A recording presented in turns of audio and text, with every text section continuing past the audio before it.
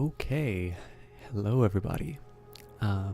This is going to be something new. I've done vodcasts before and we'll be continuing on with this. So if you're watching this on Twitch, this is a recording. The chat is live. And if you're watching this on YouTube, this is going to be another sort of VOD series. Now these will still be longer videos. But I wanted to try a slightly different approach to this. I really like Surviving Mars, and I've been given a copy of both the game and now the first DLC, Space Race, from Paradox, so thank you very much for that. It is worth mentioning it's published by Paradox, but it is a game by Hamamont Games. You may also know them for their game Tropico.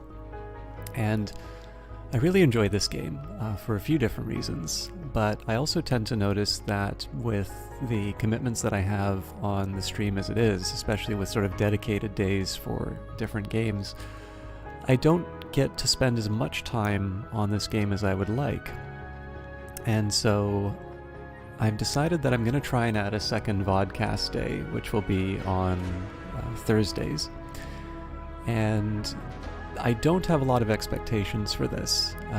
Vodcasts have not been very successful either on YouTube or Twitch, and rather than totally redo the format, I'm actually going to try and lean into the things that I think don't make them very effective, which is sometimes there's extended periods of quiet, and sometimes I don't have a lot of things to say. But this game is going to be a little bit more about just, I don't know, enjoying the game. If I have something to say, I will.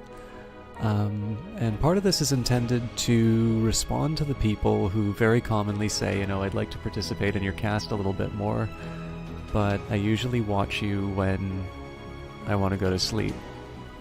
So I'm going to have to work out the audio levels and make sure that I'm not blasting people out audio-wise. But that's going to be what the focus of these playthroughs are. I'm going to play a game that I really enjoy and that I find quite relaxing. And I'll try and talk more about the game where I can. But it's mostly just going to be a chance to sit down and enjoy this very optimistic game and to just relax. So kick back. Don't even have to have the video on if you don't watch. But I hope you enjoy this little experiment that we'll be doing. So I've decided, because in Stellaris I'm going to be playing this corporation. I figured I would do a subsidiary of Rhizome Capital.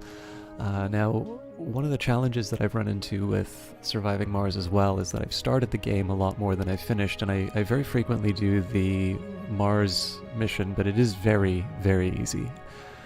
So in this case, I'm not quite ready to go for Space Y, and the Church of the New Ark definitely seems like something that is a bit too much of a challenge. Because I am sort of focused on this, this capitalist the society that I have in Stellaris, I figure we'll go for what we'll go with the easy option that we have here. So this will be the Blue Sun Corporation. Easy difficulty, starting funding of $10 billion, 100 applicants, 100 research per sol. It'll pay $30 million for rare metals, and it gains RC Harvester, corporate office, so employs workers and generates funding. You can buy applicants with funding. Additional rockets are significantly cheaper. Probes can discover deep rare metal deposits, and we get the bonus tech of deep metal extraction, so we can extract deep metals and deep rare metal deposits. So we got a few commander profiles here. We get additional funding and lower upkeep. We can get increasingly efficient drones, and drone hubs no longer require power or maintenance. We can be better at producing fuel, and we can get a residential spire.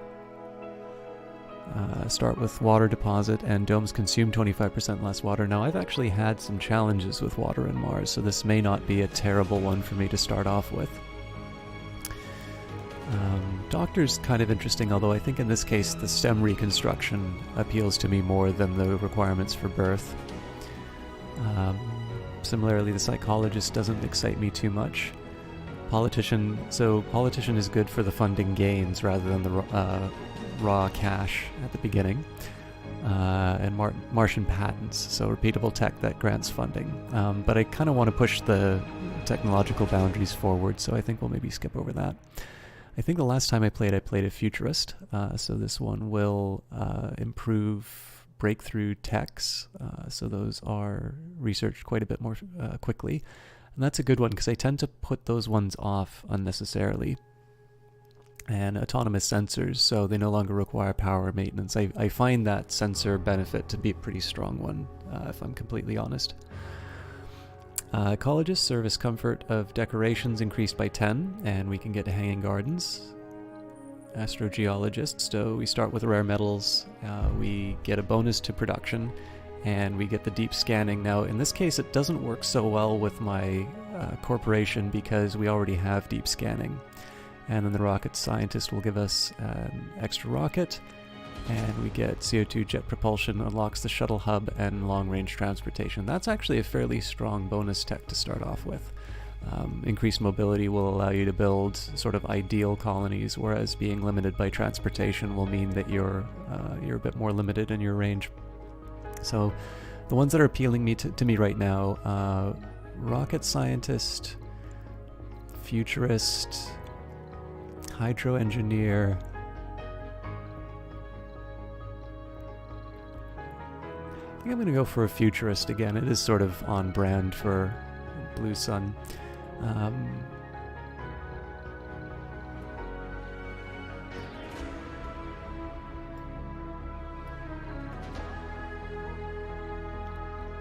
I guess I should stick with the Blue Sun. Okay, now mysteries. I think I'm going to go for one of the easy ones. So we can do Power of 3, Inner Light, Beyond Earth, and Philosopher's Stone.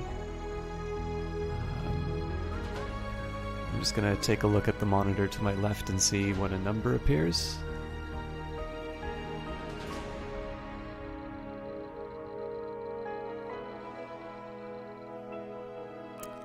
I'm going to say that's Power of 3. So science is no more than an investigation of a miracle we can never explain, and art is an interpretation of that miracle. And then we'll stick with the default game rules and 3 random rival colonies. Now, I could mess around with some of the names and the prefab, or sorry, not the names, but some of the prefab buildings, but I think it's probably better I go with what the game tells me at the beginning, and then we can maybe try and improve on what we have. So, the game gives us a few recommended starts. So, meteors and dust devils. The only drawback is we don't have a lot of minerals, so I'm okay having some more threats, but it would be nice if we have lots of resources. It's maybe a little too easy.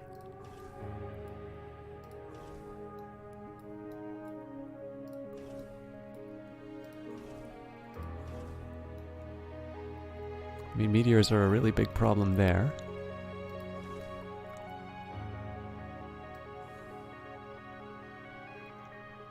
Let's maybe find a spot with high metals, and then we'll... that's really easy.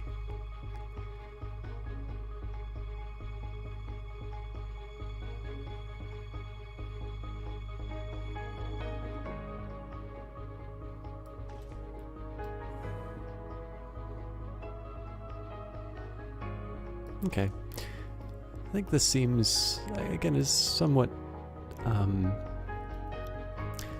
it is still rather easy, so there's lots of water, lots of metals, lots of concrete, but at least in this case you've got dust storms, dust devils, meteors. So dust devils contaminate buildings in their area with Martian sand, contaminated buildings require maintenance and may malfunction. Dust devils contaminate nearby buildings quickly, but disappear relatively fast. Dust storms contaminate all field buildings with dust and can last several sols. Colonies in areas with intense dust storms will require shorter maintenance cycles. Moxies and moisture evaporators are not operational during dust storms. So that's going to be a fairly important thing for me to keep in mind. Then, of course, we combine that with meteors. Meteors can destroy or damage structures, colonists, and vehicles in their impact area. Some meteors are composed of useful resources like metal or polymers. And only a few cold waves. Actually, the mean temperature is pretty good, but this is off the beaten track, so let's start with this.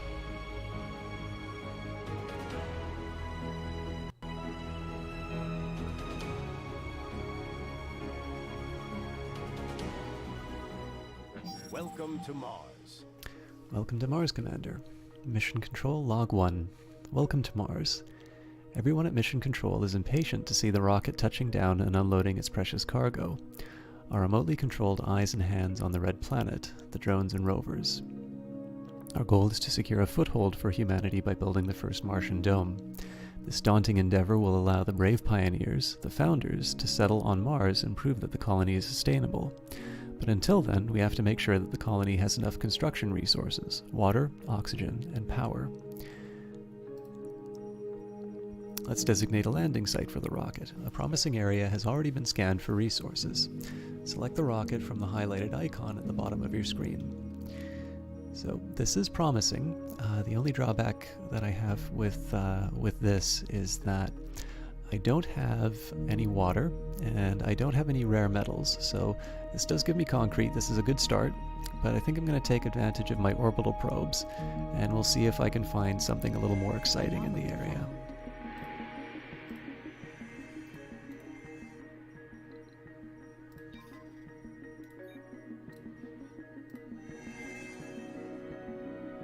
Okay, so there's some water. Milestone achieved.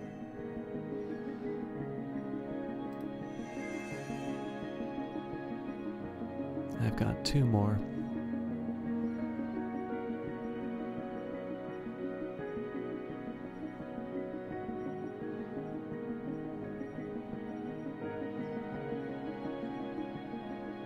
So what I want to do with these probes right now, it's likely that I'm going to want to build reasonably close here because of the water. So if I'm potentially going to be building a base in this area, what I want to start considering is where is the closest source of rare metals. And unfortunately, it seems to be this corner here.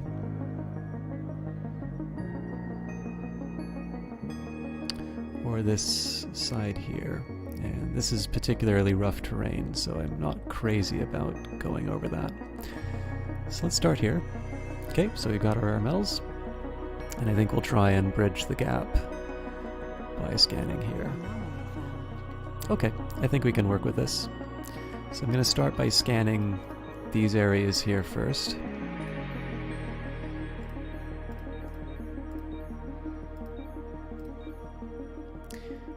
And then I want to make sure that I'm touching the rocket down in an area where I'm able to sort of make the most of my resources.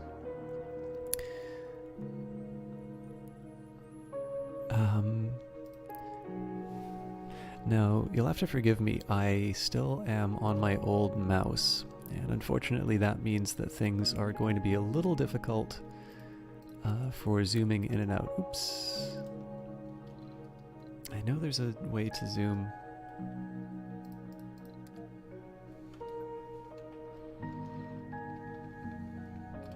There we go. So I just need to reorient myself in the space. So maybe it would be better if I touch the rocket down here. Once again, the big thing I want to focus on, if I can, is being able to extract water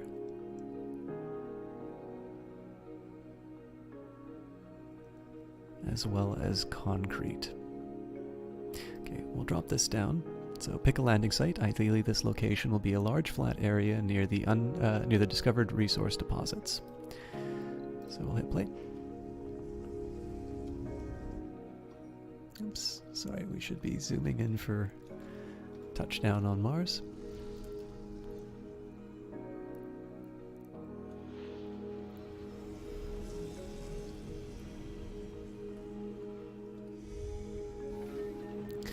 Pan WASD, tilt or rotate, alt, zoom, common, period, overview mode, maximum zoom out, or M.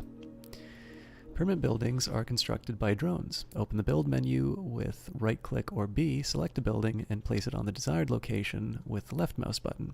Suggested building, a large solar panel will generate electrical power required for other buildings. So this is currently unloading. I think the first thing that I'm going to do here is put down a universal depot. And that's just so that my drones have a place to put all these resources. And what else are we going to do? Just bear with me a quick second here. I'm slightly distracted.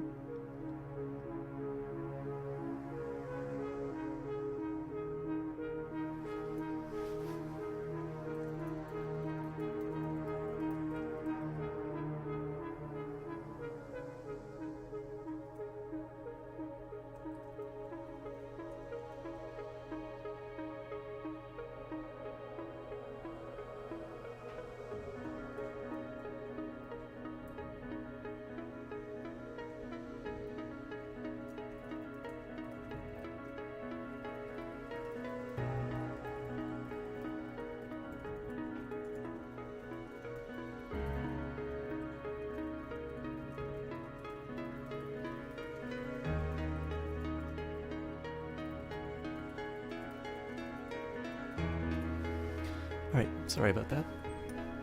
I was mentioning that sometimes these VODs are a little discouraging to do because there's not a lot of interaction, and I'm recording this at the time that I'm doing the Elder Scrolls one.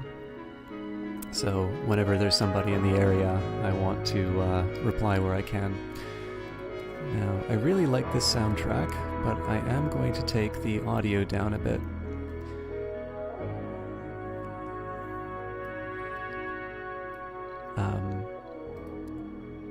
Because the point of this is to try and be a bit relaxing. Okay. So, what are our first steps? It says that I need to build a power plant, but one of the things about building a power plant is the fact that how do I put this best? The actual process of running my colony is going to produce that's going to be a little difficult to deal with. The process of building my colony is going to produce dust and just generally depreciate my buildings and my resources.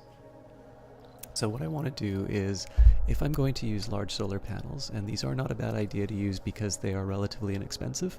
So if you take a look at these solar panels, they generate power during the daytime, and they only cost metal, which is readily available on the Martian surface. Sort of in contrast, you have large wind turbines, or even regular wind turbines. But the drawback about these is that they cost machine parts, which means they require refined goods rather than raw goods to use. And so as a result, you want to be a little more careful in terms of how you're what you're giving up in order to achieve these things. The alternative, of course, is I can build the Stirling generator right away, which will kind of give me enough power to keep everything going. It's actually a little tempting to put that down right now, but I'm not quite sure. Well, I'll think about that a little bit.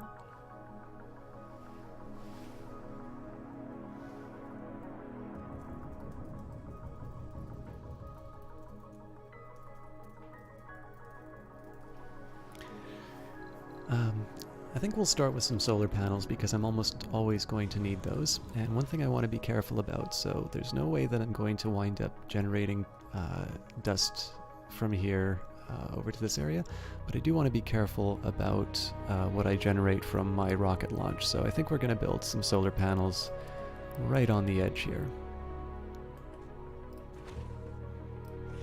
So could have been a little bit closer. Well, you know what? Let's tempt fate.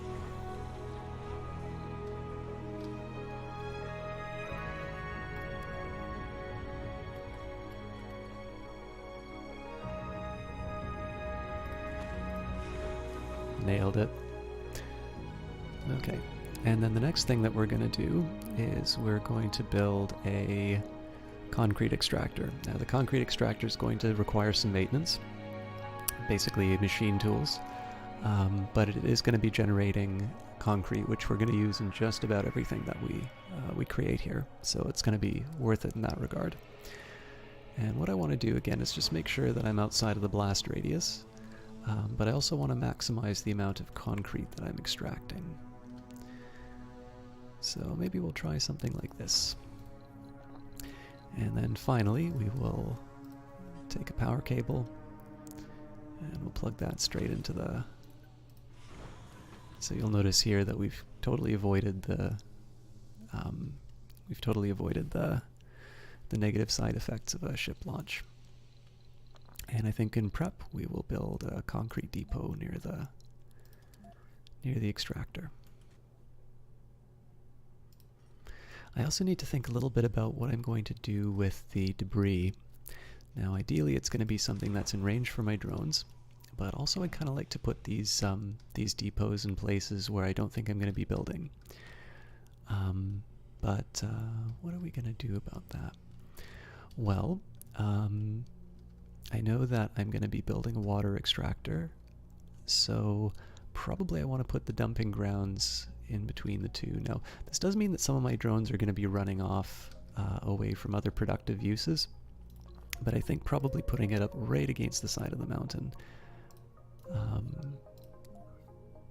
little something like this, will probably give me the effect that I need.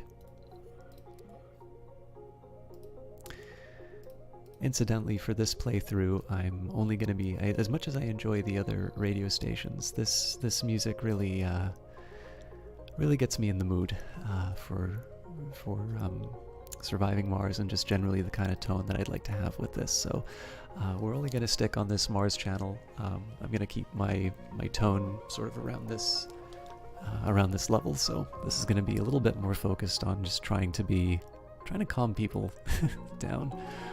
I'll maybe talk a little bit about why I'm specifically doing this type of playthrough right now, but for now I think we're just going to sit back and enjoy the game. Now, one thing I forgot to do is just take a quick look at my needs.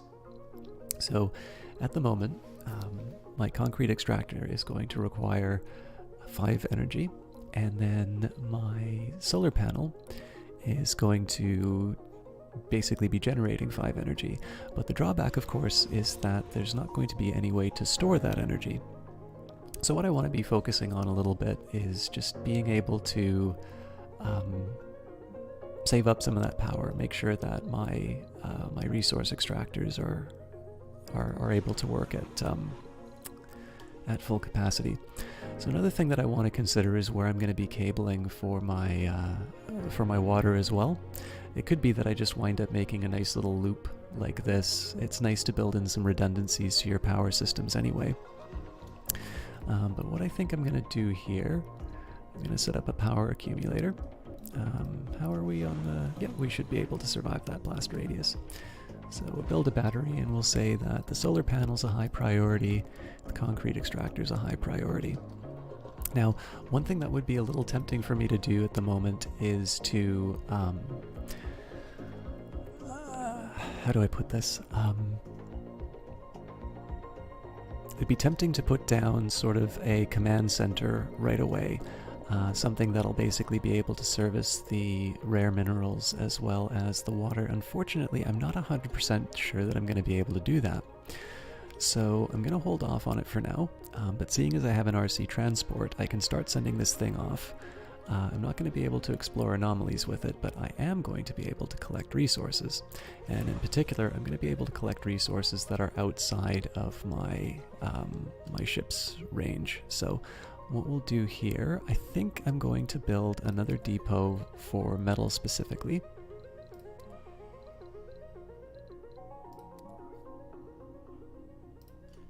And what I'm going to say here is we're going to set up sort of a trade route or a transport route.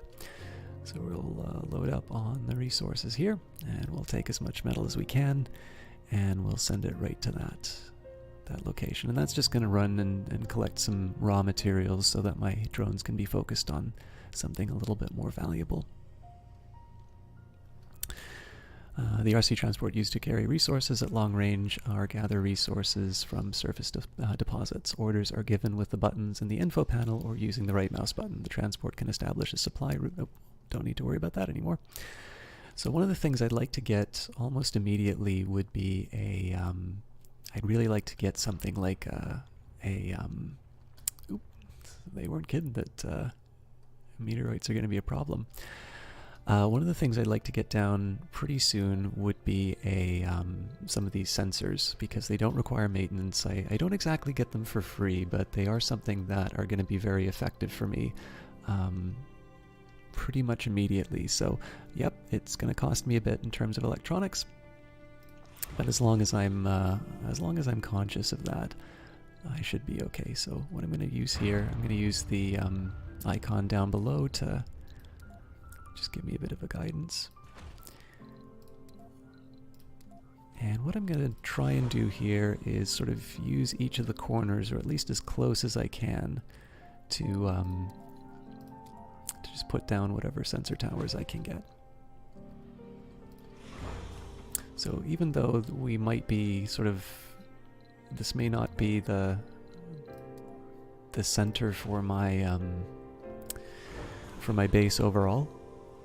One thing that might be happening a little bit later, like these will just sort of be standing and they don't really require any maintenance, so I'm sort of okay putting them down for now because they'll allow me to scan the area, and that'll potentially give me an idea of what other valuable resources are sort of in the area. So this, especially in the early stage when I'm starting to commit my somewhat scarce resources towards particular projects, even though I'm more or less kind of getting rid of half of my electronics by doing this, I am sort of setting myself up to be able to do things like saying, okay, I know I'm going to have an extractor here, so I'm going to want to build a dome, you know, in position X or position Y, and we're just going to generally be in a little bit of a better space for some of these.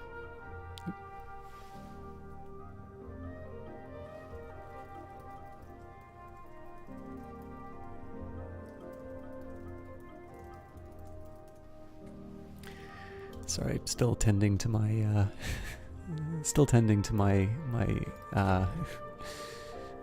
my business in the other window. Sorry for that. That won't be a feature of most of these casts, but it is something that will potentially come up every once in a while, just because I am sometimes finding it a little difficult to find time to do all of the things that I want. So let's do a quick review of some of the resources we have available to us. So we have a few anomalies, but I'm going to have to get a proper,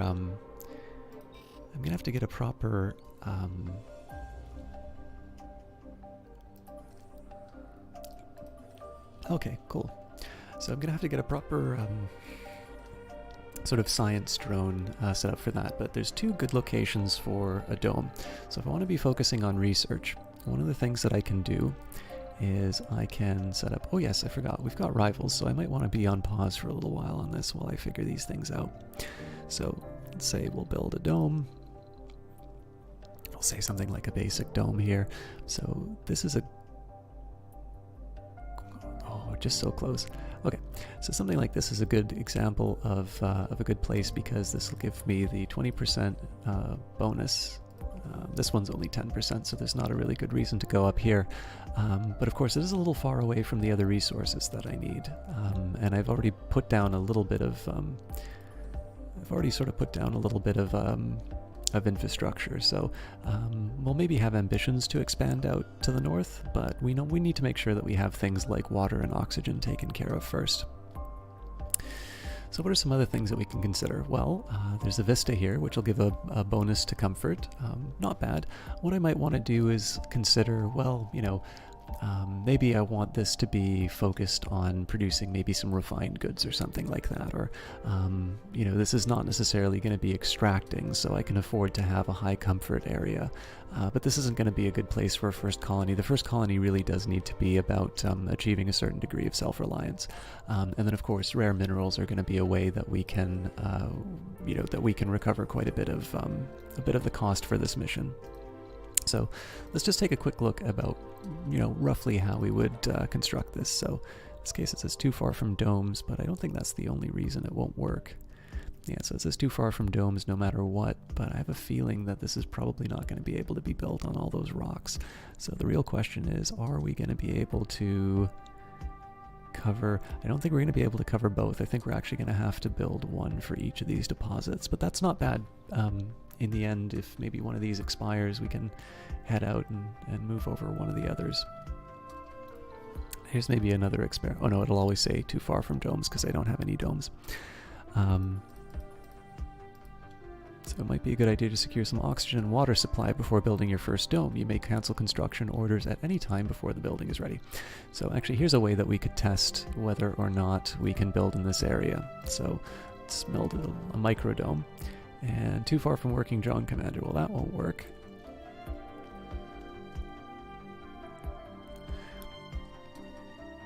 So I think we're in decent enough shape.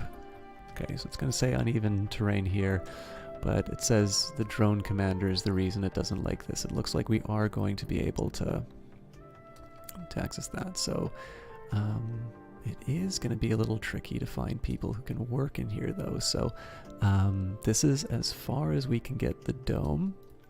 Now, one of the other things that I want to consider is where I can put my drone hub. So this is definitely a tempting spot, but you'll notice it's basically a dedicated commander for kind of a dedicated drone base. Oh, this is really interesting. I just put myself into a little bit of a pickle here. So this ship is going to give me a certain radius in terms of sort of the ability to build things. But there is also a drawback. Because I don't have a working drone commander, I only have a transport ship, I am limited to the range of this ship, and then I'm also limited to the range of any bases that I build. So what I need to make sure of right now is that all of my resource producing tech is within the range of my drone hub. That's going to be a very important consideration because I don't want to spend too much money on these other things I'm going to wind up building. So let's think a little bit about how we're going to handle this.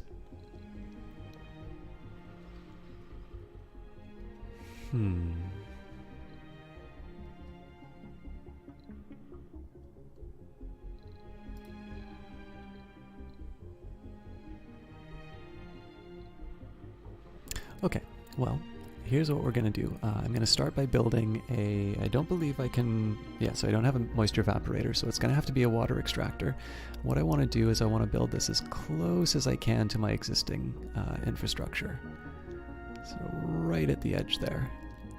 And again, this is because I'm trying to make sure that everything is sort of captured within this range. So high quality water, and there's lots of it, so this is going to be great news in that regard.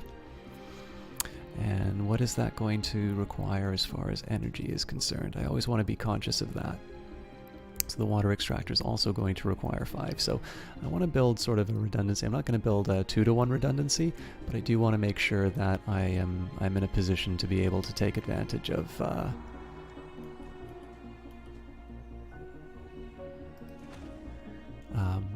little bit of a surplus. And then I think what we're going to do, I think I'm just going to do one of these.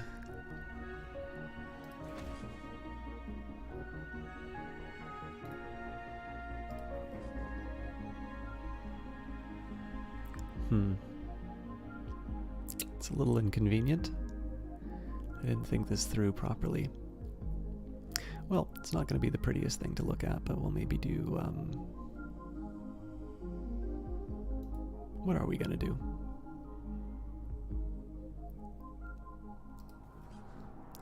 I think we'll just go out and around. Actually, you know what? I want to be a little careful about that. I think we're going to get rid of all of these cables. What I'm going to do instead is, so this is going to be the furthest, Yeah, that's going to be the furthest that I want to go right now. There's going to be more concrete if I need it, but I have a feeling this deposit's going to last me for a while.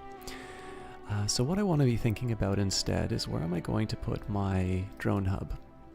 Because again, the priority is going to be sort of to try and get that maximum coverage of my... no, this might be a little complicated. This looks like I'm potentially going to have to put this drone hub right on the edge of the dust. So I think this will probably do it. But I want to double check that, so I'm just going to put my finger on the monitor here. It's not sophisticated, but yep, we're just shy of the dust, so good news there. And of course it does require 5 energy, so we'll set up another solar panel. So we are short on concrete. Of course, we get concrete by you know, it being daylight and it actually extracting those resources. That's going to be a little bit of a dilemma, but I think we're in relatively good shape. So I'm also going to just move a little bit of clutter off of my desk, and I'm going to grab a pencil. I'm just going to start taking some notes in terms of what my requirements are.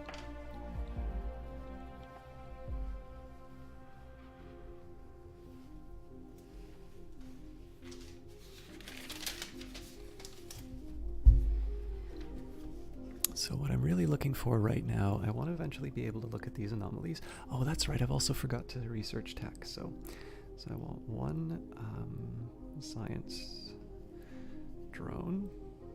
I'm probably going to need another, I'm probably going to need another drone hub. And the reason I say that is if we take a look at, let's just say a basic dome here. So, too far from a working drone commander. And so, it's funny, I'm just able to tickle the edge of that rare metal deposit. Oh, nope, not even that. So, it's too far from working drone commander.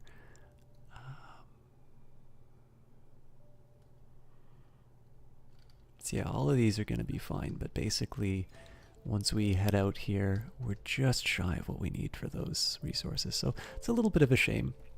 So number 2, drone commander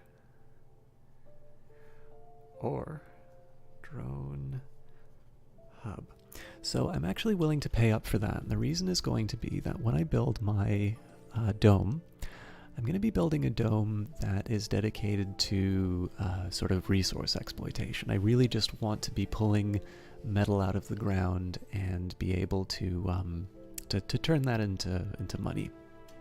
So, you know, we'll think again. I need to think a little bit about the relative costs and benefits of these things, but overall, I'm happy to pay up, knowing that that's going to be a resource producing thing. I'm actually going to sort of put that a little bit higher on my wish list than the alternate or any of the other alternatives. So now I sort of know what my range is for my drone commander, and that's going to mean that I'm going to be able to make some intelligent decisions in terms of where I put down my cables.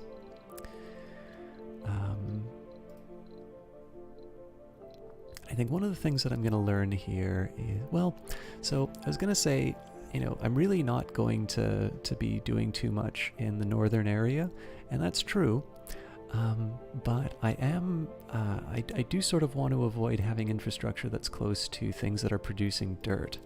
So in this case, I'm still going to pull out a cable like this.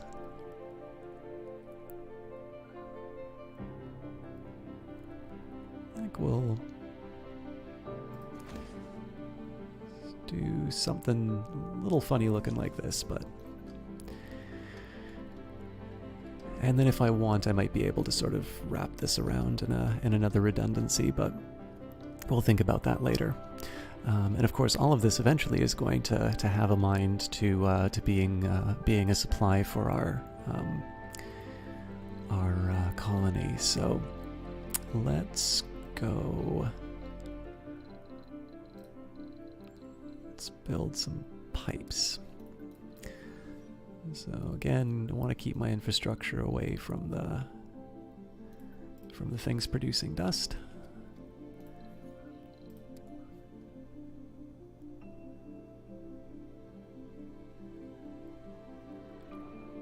This will definitely be out of range. And we'll fit it up with some pipes. And I'm a little curious if the fuel depot produces any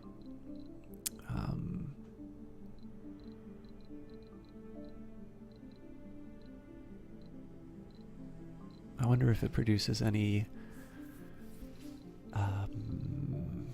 sorry, I can't speak. If it produces any sort of dust or anything like that. Looks like it doesn't, so what we'll do is we'll have one tower. I'll keep that there, and we'll basically go straight into having another, we'll go straight into having a fuel refinery. Now, no point in extending the, there's really no point in extending the pipe any further. But what I am going to do is I'm going to build another storage depot, and we'll put that right in front of our fuel refinery. Actually, what I might also consider doing, I am going to extend the pipe a little bit further. Well, I should think about that actually. Wouldn't be a bad idea to build like a Moxie or something like that, but it's a little debatable as to whether or not I want to build it so far away from my my dome. I probably want to build it a little bit closer like this. So the next question is, what do I need to construct a dome? So I think probably, well, the barrel dome is not a bad idea for a first colony. I'm not going to have a spire, but I don't think I'm going to be able to build any spires anyway. I do want low G high rise to sort of pack as many people as I can inside this place.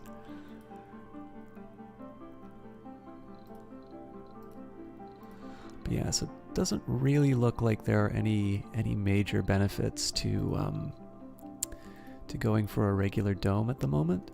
So I think we're gonna go. Okay, so low G high rise is it's available right away, but it may not necessarily be the tech that I want to get right away. Okay, so it looks like we can upgrade our Moxies. We can make our drone hubs better. We can improve extractors, and we can increase the research. Okay, so let's start with increases research by the sponsor by 100, 2 planets, 1 human race, sharing knowledge and coexisting within the solar system. So we'll start with that. So that'll be ready in, I think, 10 days. That's actually a little long for me to be waiting. Research. So I think we're going to switch this around because I don't have a lot of research happening right now. I'm actually going to start with low G high rise. So this is going to be new building apartments, a residential building that houses many colonists. So I suggest that going to Mars means permanence on the planet, a mission by which we are building up a confidence level to become a 2-planet species. Buzz Aldrin. So we'll start with that. And then we'll move on to additional, so Earth-Mars initiative. So we will move up there. So 2 planets, 1 human race, sharing knowledge and coexisting within the solar system. And then finally we will go towards the drone swarm for robotics. Now we'll probably get this a little too late. But in this case, drone hubs are constructed with an additional 2 drones, and a maximum number of drones is increased by 80. Drones are the backbone of most of the heavy and dangerous labor on Mars. It is essential our hubs have greater operating capacity in order to employ more drones at any given time. So then I don't... So the funny thing about this magnetic filtering is it's a pretty good idea, but I don't really need it right now because I'm going to simply be able to build a Moxie on its own. So what I'm going to do here is I'm going to do extractor amplification, which is going to increase my power consumption by 10%. I'm sorry, by 10 energy. But it is going to mean that I get more out of my buildings, and that just means I'll be producing some more you know, solar panels and whatnot. So, and we've got from the first day to this, sheer greed was the driving spirit of civilization, Friedrich Engels. So, and then finally we'll upgrade the Moxies because it's the last option we have. Now we could outsource, but funding is going to be scarce. So we've set up our tech. I'm a little bit behind because I let a day go by without technology, but we'll work with that. We have other reasons we're going to be a little bit behind. So let's think a bit about what our next goals are going to be. So I'm going to have to get another delivery. So let's think a little bit about what we're going to be constructing over the next few turns. So I'm going to need a rare metals extractor, and for that I'm going to need 4 machine. I'm going to need to build a Moxie. Now Moxies are relatively inexpensive because they only cost metal, which I'll have a lot of. I'm going to want to build the barrel dome, so I'm going to need quite a few polymers for that. And doesn't seem to be too much as far as polymers on the Martian surface at the moment. We may discover some more, but I think at this point I should be loading up, and that's both to maintain my existing resources as well as construct new ones. So let's take a look at what I'm going to need to be able to build my ideal dome. So the barrel dome will require 20 polymers.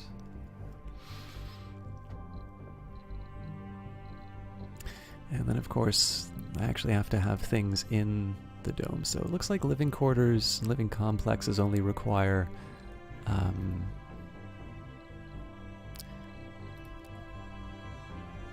it does require 6 polymers for the apartment, so I need at least 26, probably more. So we've got living space. And then I seem to remember it's geologists who are trying to... Corporate office generates funding. Working in a corporate environment can be soul-sucking, so all workers take comfort penalties. Okay, we're definitely not building one of those until we have to. So... I might build a hydroponic farm. But let's not go for mights, let's go for certainties. So the basic things that I would need would be apartments, probably a space bar, a grocer. Okay.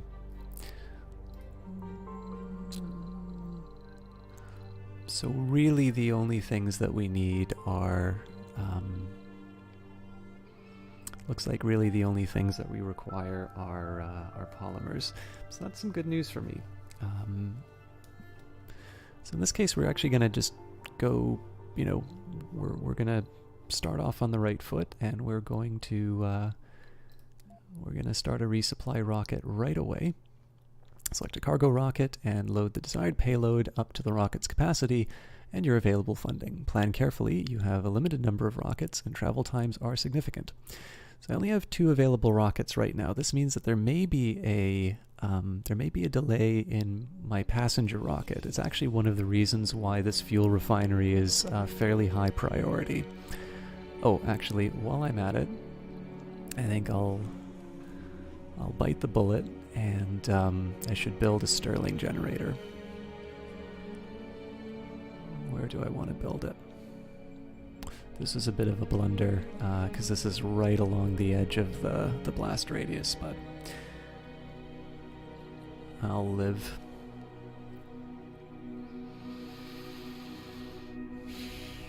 Do I want to put my Stirling generator next to all of my...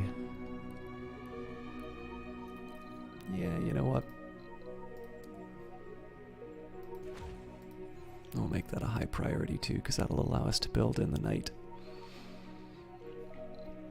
Okay, so it's fairly high priority that we get this rocket fueled up.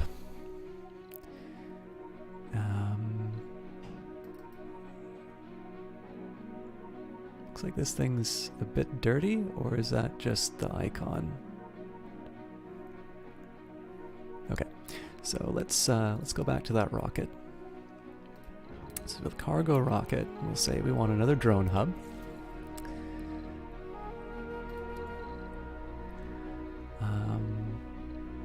Ideally, I'll have an explorer. Oh, hello. Oh. Remote-controlled vehicle that harvests concrete from deposits, gathers resources from surface deposits, and transports resources. I should have paid closer attention to that.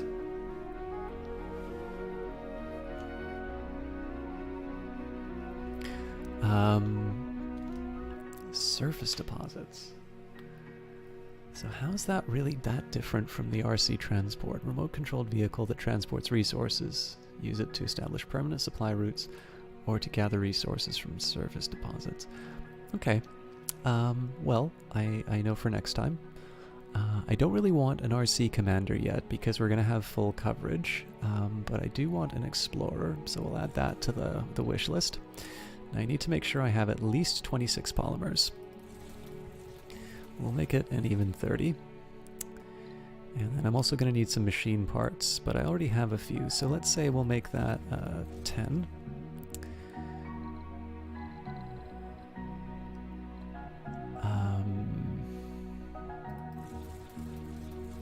We'll add some drones. Now the real question is, do I want to add food? Because we will get some with my colonists.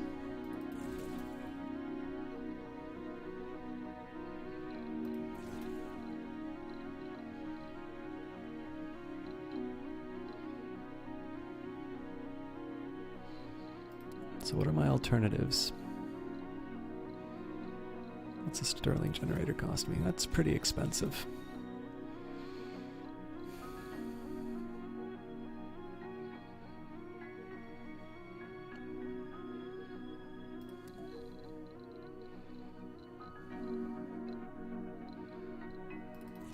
Okay, so we'll go for food for sure. And I think I'm just going to take the resources that I need. So I've already doubled our drones, so let's say we'll take some extra machine. Okay, yep, that'll I don't want to, I don't want to use or waste space, so I'm going to use all of these things at some point. Now what I want to be what I want to be particularly careful about for this rocket is I want to make sure that I make a touchdown in a location that is sort of in the vicinity of where I want to build my colony. Even if it means that I put the rocket in an otherwise inefficient place, I want to make sure that that everything's being properly set up. Okay, so we're ready to unpause again, and we shouldn't have to pause unless we're going to do a little strategy session like that for the next time. So is there anything else I can be building on the Martian surface at the moment?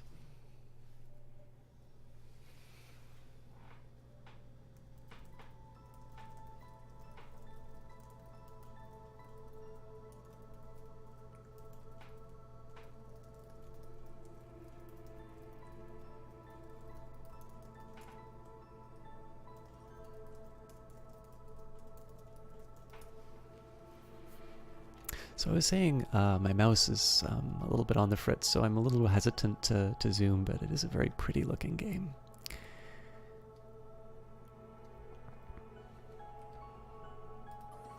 I'd rather these folks not be... Okay, so let's say that this remaining sensor towers are low priority for now.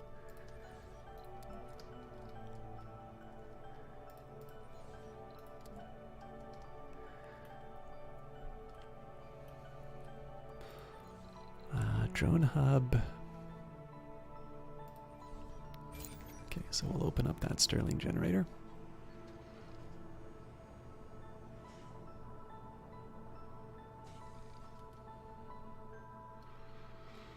just trying to think of any other surface resources.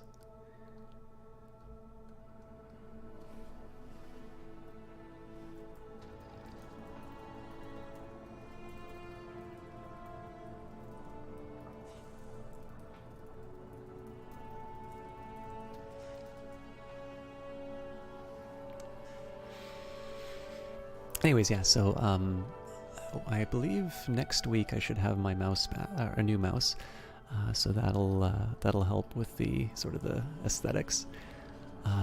But for now, we'll just sort of, I don't know, we'll enjoy the surface level interaction with surviving Mars.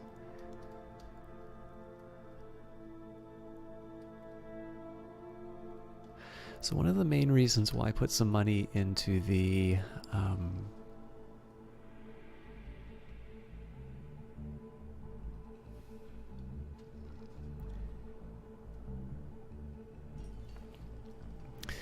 sorry, so God, I'm having trouble keeping track of my thoughts right now. So there's a few things that we're going to be trying. I'm still trying to think if I would have built that concrete extractor knowing that this thing extracts concrete.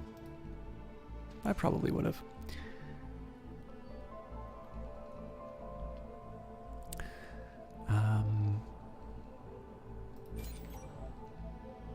So yeah, all this power is pretty high priority. I think we'll say the water extractor is a priority. And the drone hub.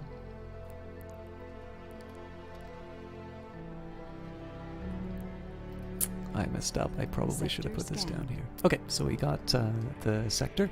That's kind of the result of these little things here. So where are we? Map overview.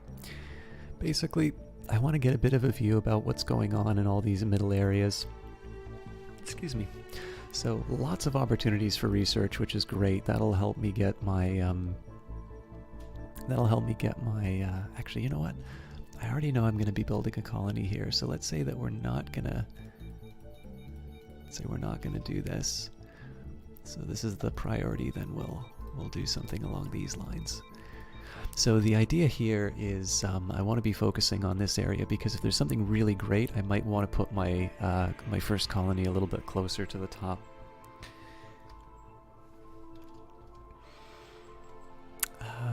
What's up next? It's definitely overproducing power, but that's not terrible because all of these things are... Oh dear. I'm sorry, guys.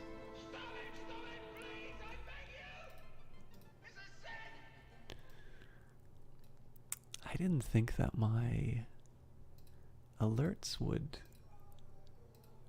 go off. I'm not sure I have a way of fixing that, but I'll make sure that that's gone for the next... sorry, I know you must have just seen all those screens change. I'll make sure that that's fixed for next broadcast. That was just somebody was... that was really just...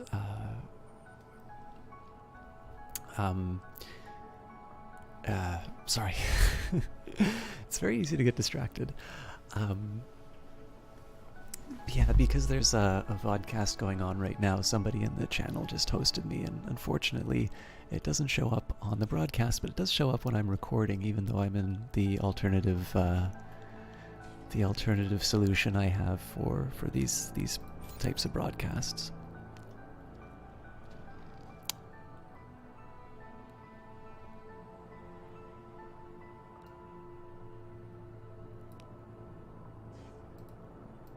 Oh, I get this. So... yeah, I see how that works. Okay, so it looks like they built the fuel refinery first. Not exactly what I told them to do, but I'll live with it. Looks like we also got another 4 drones for our efforts. Now, eventually I'm going to transfer these drones to the... I'm eventually going to transfer these drones to the hub, but you'll notice that the range for the ship is a little bit higher.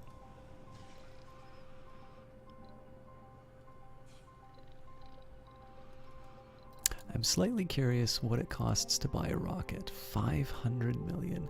You know, that might be worth it for the passenger rocket, but we'll see where we're sitting after touchdown for the next one.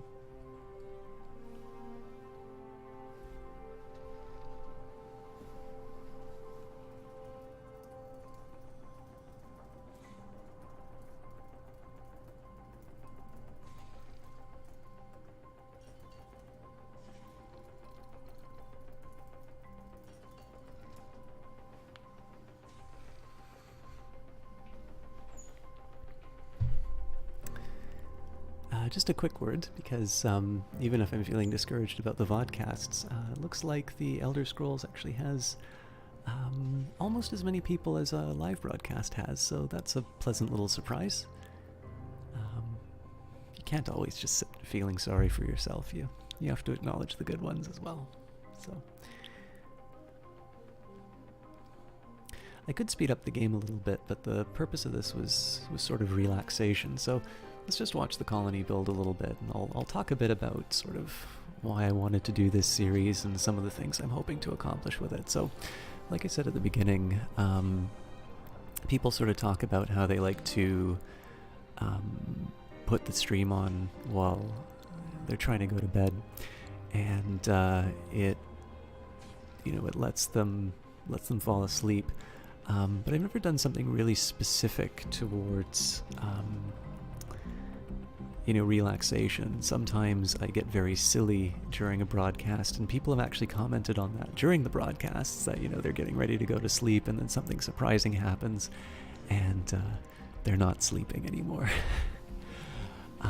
So I wanted to try and do something along those lines. And I guess the other thing is, I found that sometimes with the vodcasts, there's not a lot that happens. And so what you can try and do is you can try and force it. I can try and be a little bit of a clown, or I can try and play something a little bit more action-packed, which requires my full attention on the screen. Or I can maybe try and play something that requires less of my attention on the screen. Sector scanned. Anomaly found. Looks like we've got some new discoveries. So nothing to motivate me to move the base any higher. We'll make sure that that's nice and snug against the rare deposits. Hey.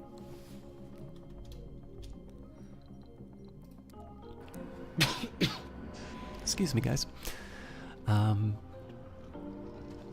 But yeah, so I wanted to try and make sure I was doing something a little bit more relaxed. And then one of the things that I was thinking about is that the answer is not always to do something where I focus on trying to do interactivity with an audience that's going to be watching a recording. What I can sort of try instead is to do something that really leans into the fact that there may not be a lot happening. And essentially, the idea here was to do something that you don't need to spend too much time watching, that nobody will feel particularly put out if they, if they don't see it live.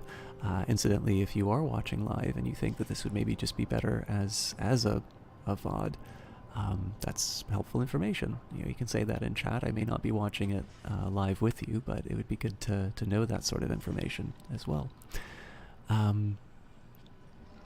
But yeah, basically, I thought, I can meet the priorities of doing something a little bit more relaxing, something geared towards people who want to go to bed or just kind of don't want to think too much about what's going on the screen.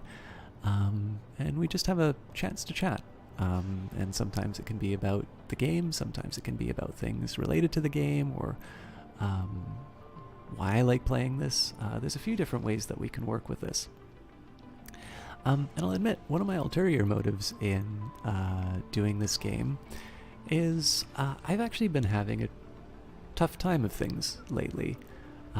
There's some things about work which are really difficult to handle.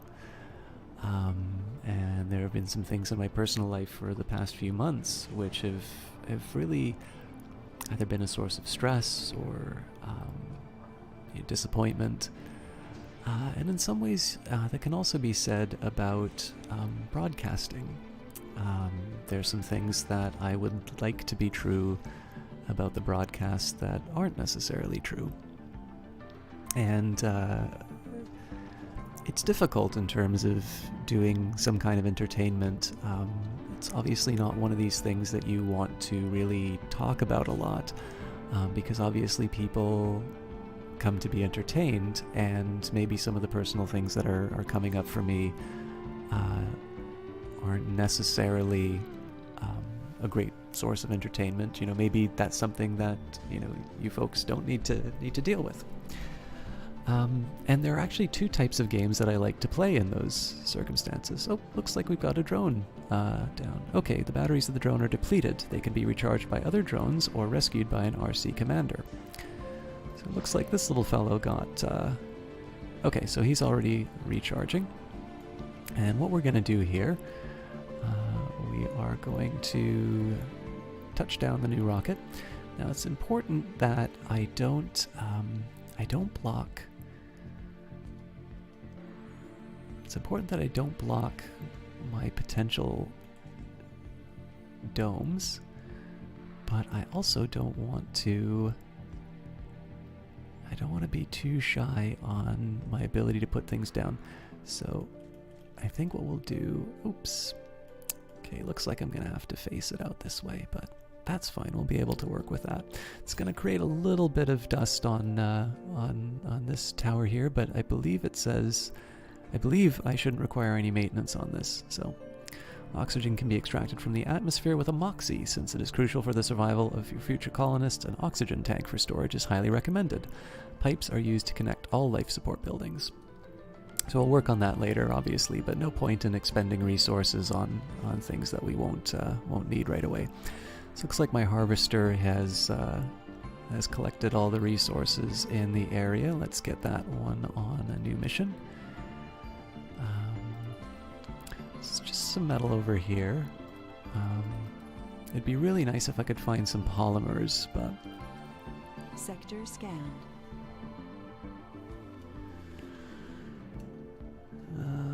Where are we? Okay, so let's get you to pick up these metals. Looks like just more metal there. Okay, so I'm going to get this RC Explorer to go straight to the anomalies, and this is hopefully going to be doing things like build up my ability to get those towers before too long. Oops. So yeah, anyways, as I was saying, I'm just going to let these drones do their thing. They're already going to put some of the materials into the Universal Depot. I think they're going to, more or less, I'd like them to focus on... I'd like them to focus on unloading this ship at the moment. We'll make this one the higher priority.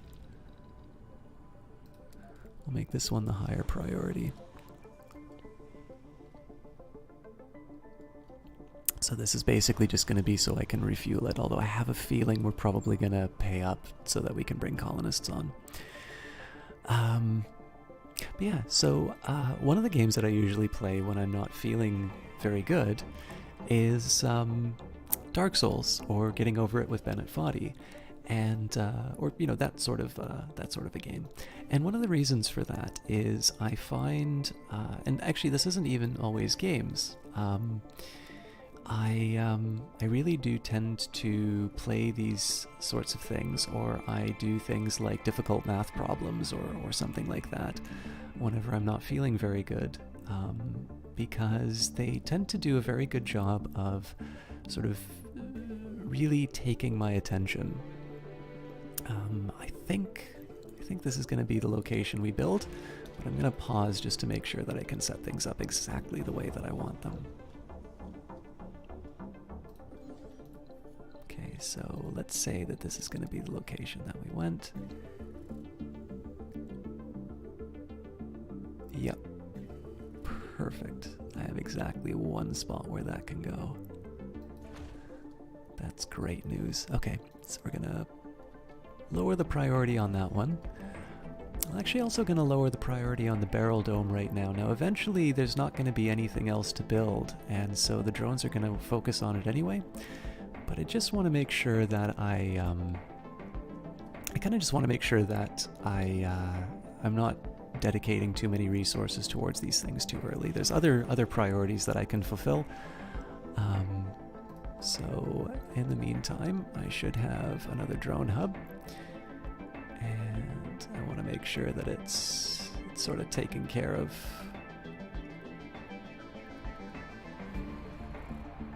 I want to make sure it's taking care of the right areas. Let's just double check. It'd be nice if there was some overlap, but not too much.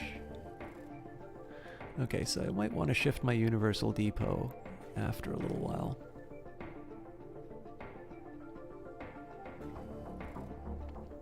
You know what? I think the better thing is going to be to take this transport. So we'll say take the metals from here, put them here, and that's gonna give me exactly the spot that I want for the drone hub. Now the drawback, of course, is that I'm going to the drawback is that I'm going to have to wait a while for this, and it is going to get blasted by the rocket on liftoff. But that's sort of a point of maintenance I'm willing to give up.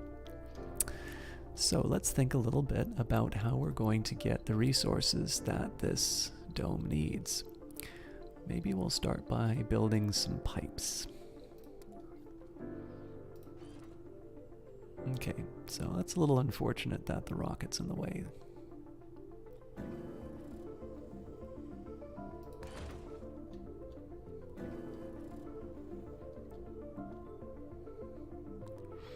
I mean, it's not the prettiest layout, but I think we can work with this.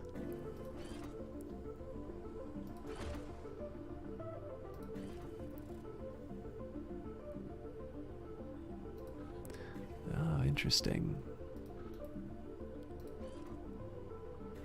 It's going to be another resource that we need to get rid of. Good to know.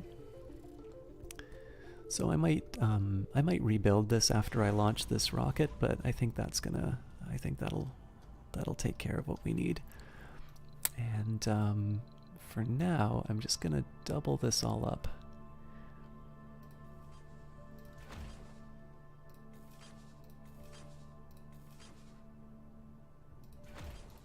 So now I need to be considering oxygen for the base as well. So what we'll do here, we will build a Moxie. Actually going to put the Moxie a little bit closer to the base. That's partially to avoid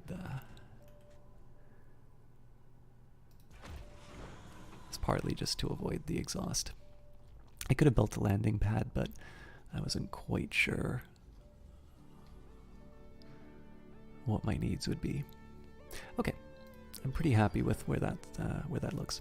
But yeah, so I do difficult math problems, or I do I don't know,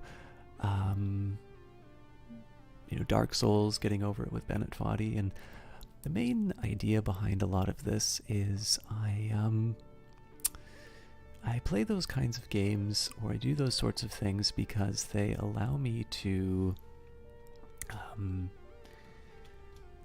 they sort of get my mind off things, because I really need to focus on sort of achieving my goals inside them, which and I mean they're fun in their own right. It's sometimes it's fun to have a game kind of slap you around a bit. Actually, you know what? Now is probably a good time to start considering some redundancy. Well, no, I won't get too cable happy. We'll work with what we've got first. So whenever I'm feeling bad, those games can be a really good distraction, because they make me, they really make me think about what I'm doing. I get really focused on some of the fights. I get really into it. But then there's something like Surviving Mars, and Surviving Mars has this really nice feature of being really optimistic. I love how, I mean, it's inherent in the theme of this game, you know, about space exploration and building a new life on Mars and these sorts of things. I just think there's something inherently positive about this idea of sort of the next step of you know, of scientific progress or human civilization. Milestone achieved. There's more to the barren environs of the Red Planet than meets the eye. A veritable treasure trove of undiscovered knowledge and wonder. So long as you know where to look. Even the tiniest, simply looking rock can contain the answers to mysteries which perplex the human mind for generations. Sometimes it takes just a simple discovery to assure us of the vastness of the universe, and an encouragement to make us look beyond the boundaries of our existence and into the future. The following texts have been revealed on the research screen: advanced probes and low-G fungi. So we'll open the research screen. I don't think I want to take away any of these things from the queue. But we may consider something like low-G fungi or the probes later. But for now, all fungi are edible. Some fungi are only edible once. Alright, so I need to launch a rocket from Mars for the next milestone. Construct a dome, first human on Mars, first Martian born. Some of these should be reasonably straightforward. I mean, some of these are already aligned with what some of my goals are already, so let's get our explorer analyzing more things though.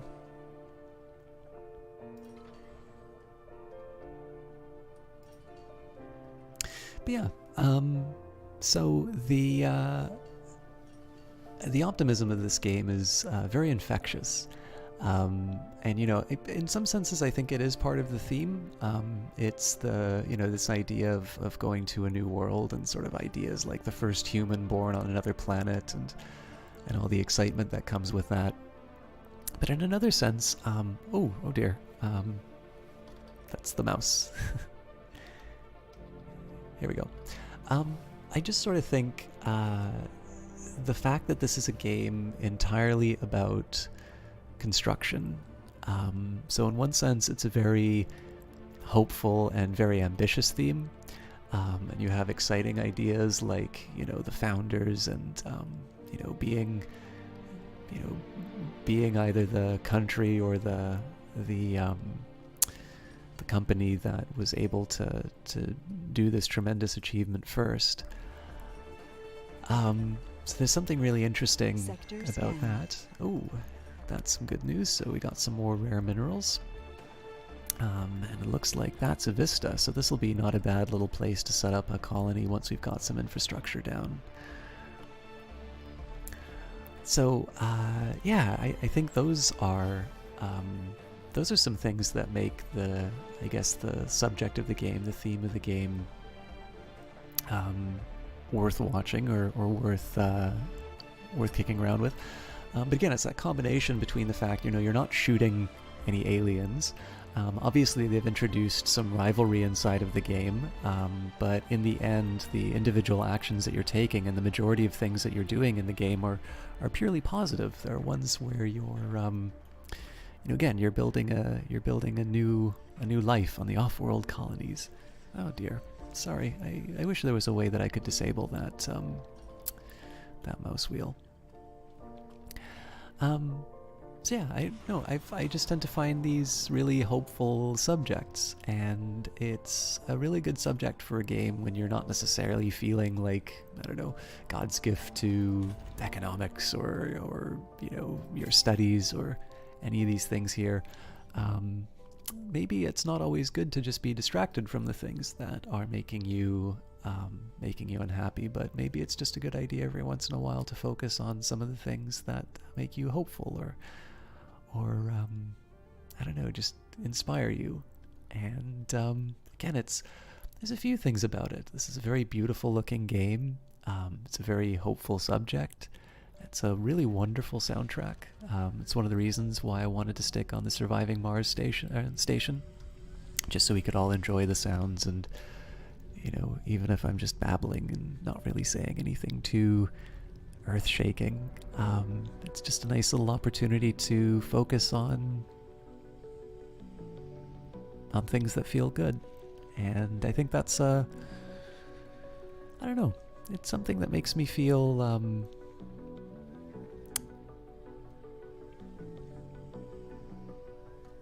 it feels like the sort of thing that there should be a video dedicated to.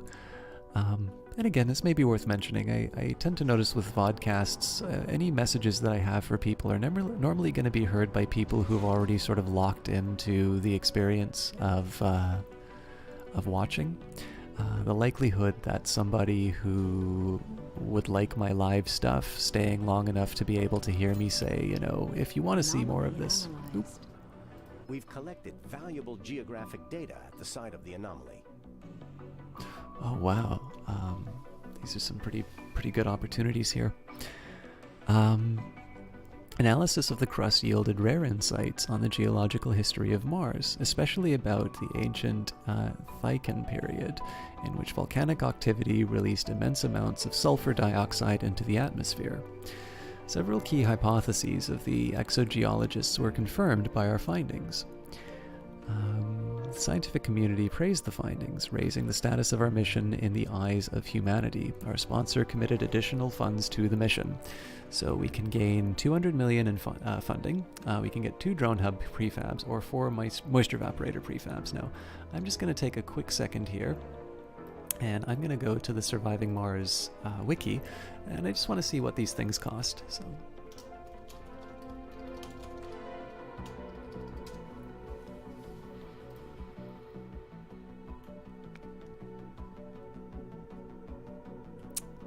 where are you? Okay, buildings.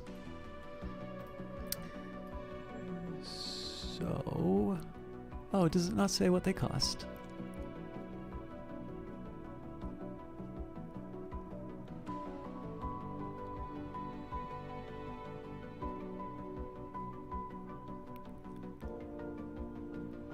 Here we are. So moisture evaporators are 200, drone hubs are 150.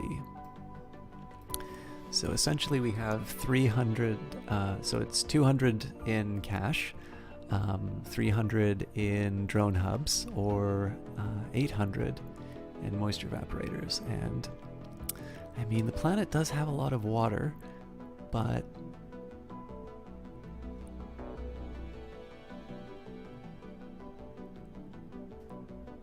I think I'm going to go for the moisture evaporators. Okay, so we'll get you to analyze another anomaly. Do I get those on the planet right away? Ooh, exciting. This is going to be some...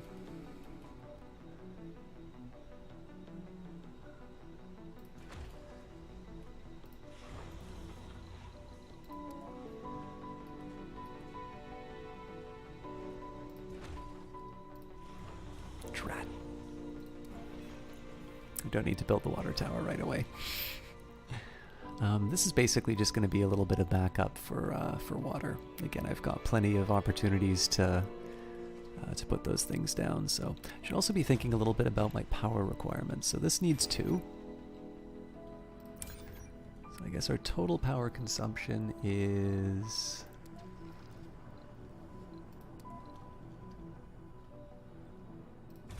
So we've got 5, 10, 15, 17.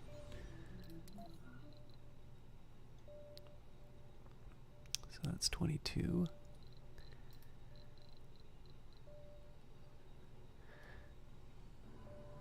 All right, so let's just put down some more solar panels.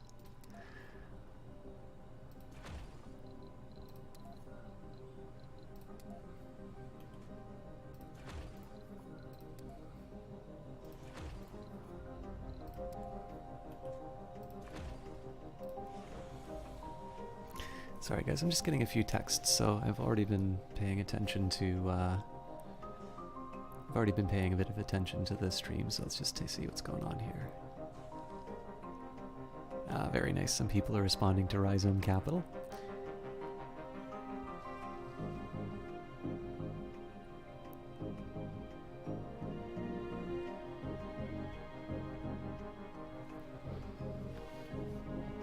But yeah, so I guess one of the things for me that I was sort of hoping to get with this playthrough personally was the idea of you know, not necessarily making games always an escape, but sort of getting things to a point where, you know, if there was something that was bothering me, let's say, you know what, I probably should get this thing off of, well, how much are you gonna, 16? How much space do you have? Not enough, sadly. Well, we'll let it load up as far as it can, and then we'll get it to work on these, because this is what will connect to our main water source. But yeah, so I don't necessarily like the idea of games always necessarily being an escape, so much as I want to think about what the, you know, maybe something to brighten the mood because you're thinking about something that excites you or something that you find hopeful. All right. Get up close and personal with Mars, and you'll find it's anything but barren. We found another treasure in the form of a small deposit of a germanium-rich mineral. The purity of the germanium found in the vein is amazing, which our scientific team presumes is due to a millennia-long loss of violates in the Martian atmosphere. Germanium started out as a humble as the humble ecosilicon proposed by Mendeleev, and for almost a century it was discerned as a useless metal. Only for the late 20th century discoveries make it one of the cornerstones of modern electronics. Where'd you go? That's very funny. So, very high quality rare metal. That actually gives me a really good reason to build a dome here. But I've obviously committed a lot to this, so let's get you moving to look at this other anomaly. And we're plugging away at our apartments, but it's not obvious that we're going to get it done in time.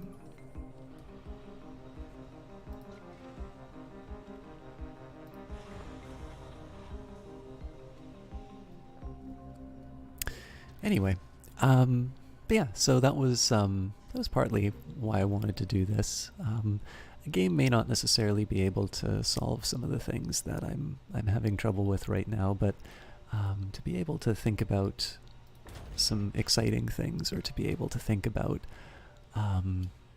topics that make me hopeful, or just, you know, things that are nice to think about.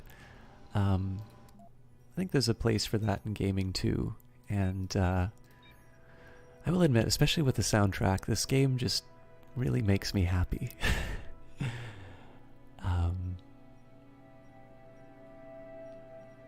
Should definitely be considering some sensor towers in some of these areas, but I don't want to spend too much on my. Sorry, what am I trying to say here? I don't want to spend too much on electronics, because it is going to be somewhat costly to bring things onto the planet. Okay, so we'll make sure that this guy unloads his metal, and then we'll get him to clean up. The 7 that's here. This shouldn't take too long.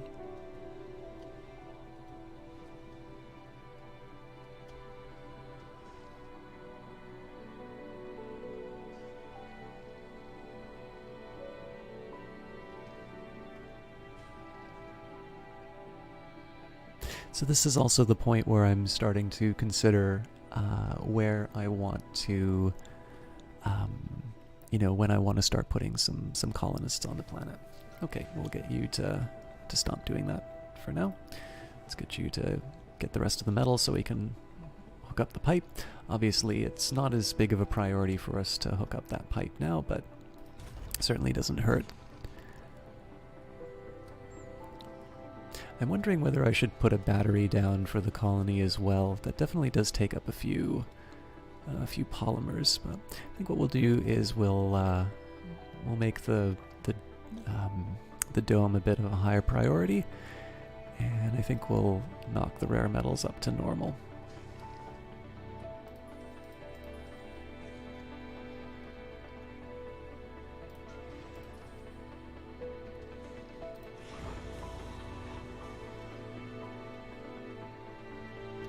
And of course, this will be my opportunity to put down that drone hub finally. I should have done that a little earlier, I think. Unless I don't think it's very likely I'm gonna get the drone swarm in time, so...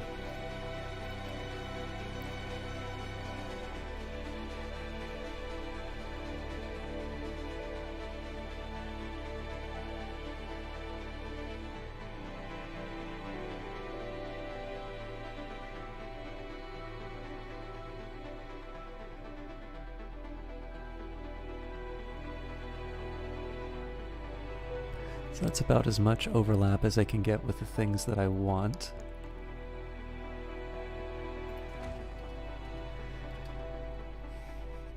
I should definitely make sure that I put down a cable. It's going to be a little ugly. It's just going to be one of these things that's shooting out the side, but gotta go around the spaceship. Anomaly analyzed. Tidy that up Our later. explorer just got into a pretty serious accident. The good news is, it's still in one piece. Okay, the vehicle stumbled upon a crust fault which could have lasted for a couple of hundreds of years under the slow erosion of the planet. Disturbed by the mechanical motion of the scanning probes, the surface opened up like a wound and swallowed the rover. Luckily, only for a dozen meters. The sturdy machine got out of the hole, but nevertheless it sustained heavy damage. Millions of years ago, Mars has been shaken to its core by a cataclysmic impact which sealed the fate of the planet. Since then, Mars, like all giants, is dying, too slow for our mortal eyes to witness, yet even today the death throes of the red planet can be felt unmistakably. So this is going to be a little difficult for me to deal with because I don't have sufficient range, so the fact that I didn't buy the drone commander is now going to come back to bite me because I don't have any means of getting this additional research. Now, what am I missing as a result of that? Well, 1, 2, 3, 4. Looks like four locations that I could have been getting some points for. So I'll keep that in mind. Obviously, a drone commander is going to be something that I want to prioritize on one of these rocket trips. Oop, let's get you to get some metals. There we go.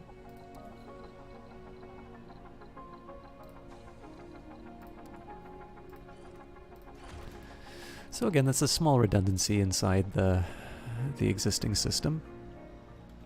In fact, while I'm doing this,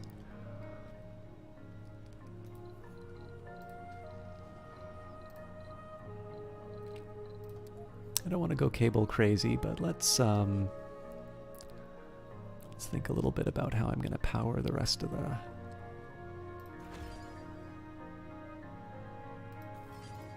There we go. So it's probably could be a little snugger against the rock if I'm completely honest. Well, only by 1 unit though, so...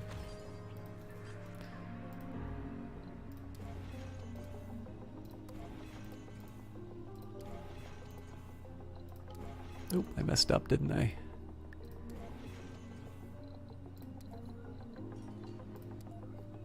So power cables only require metal to maintain, so they're not quite as urgent.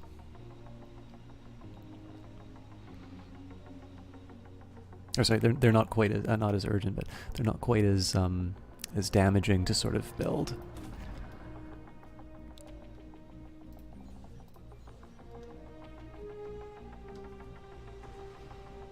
Okay, so this is reasonably good news that the harvesters cleared out that area. I don't think I'm going to want to think I'm going to want to clear out anything Dust else. storm approaching. Oh, that's good to know. So in 3 days, we'll have a dust storm. Dust storm is set to hit the colony soon. It will cause damage to pipes and cables, and also will place serious strain on all buildings, pushing them towards needing maintenance sooner than usual. Stocking up on power, water, and oxygen in batteries and tanks is a wise precaution.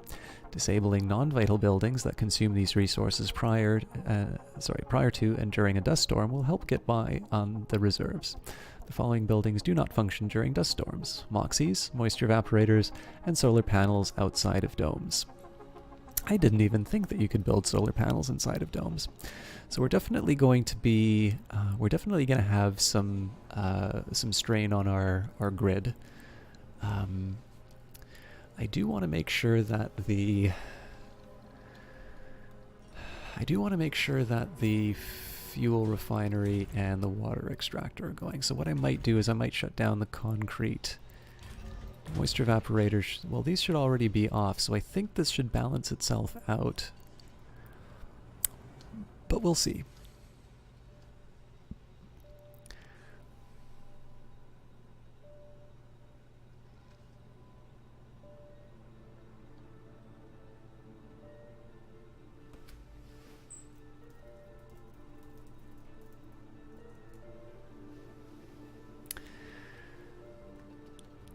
One of the things I was meaning to say earlier, and I sort of got tripped over, was it's always a little hard to sort of diagnose what's working and what isn't on these things, because again, you're more likely to hear a message from me if if you're already into this and you're watching over a longer period of time.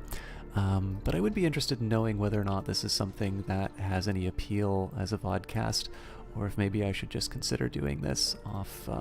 Oh, you know what? This is probably not a good decision because the drones can already pick that up. So, and I wonder if I can. Yeah, I'm not going to destroy the rover, that's for sure. So we'll just mock it by collecting metals.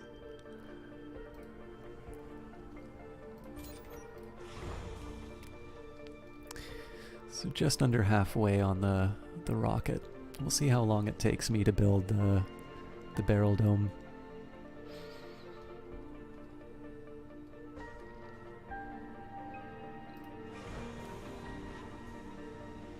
So my 7 drones seem to be struggling a little bit with the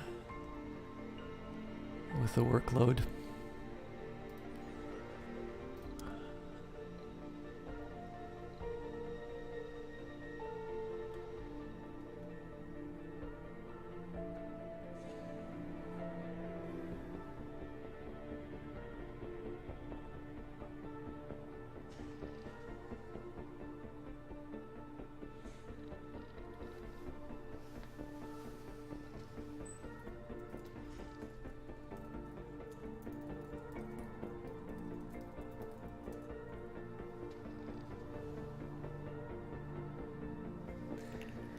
Alright, we're just at the end of the Elder Scrolls playthrough, so I want to see some reactions to something really dumb that happened.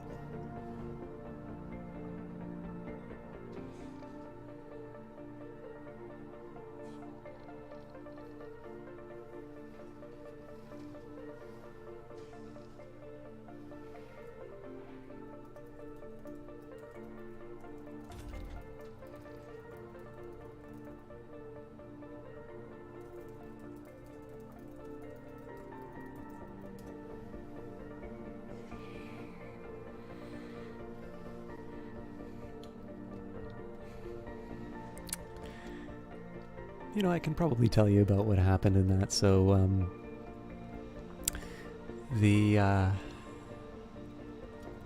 during the playthrough of the Elder Scrolls, I got to the end of the game, and there is a bug in the cutscene which causes the game to freeze, and so I had to do the final. I had to do the final battle again.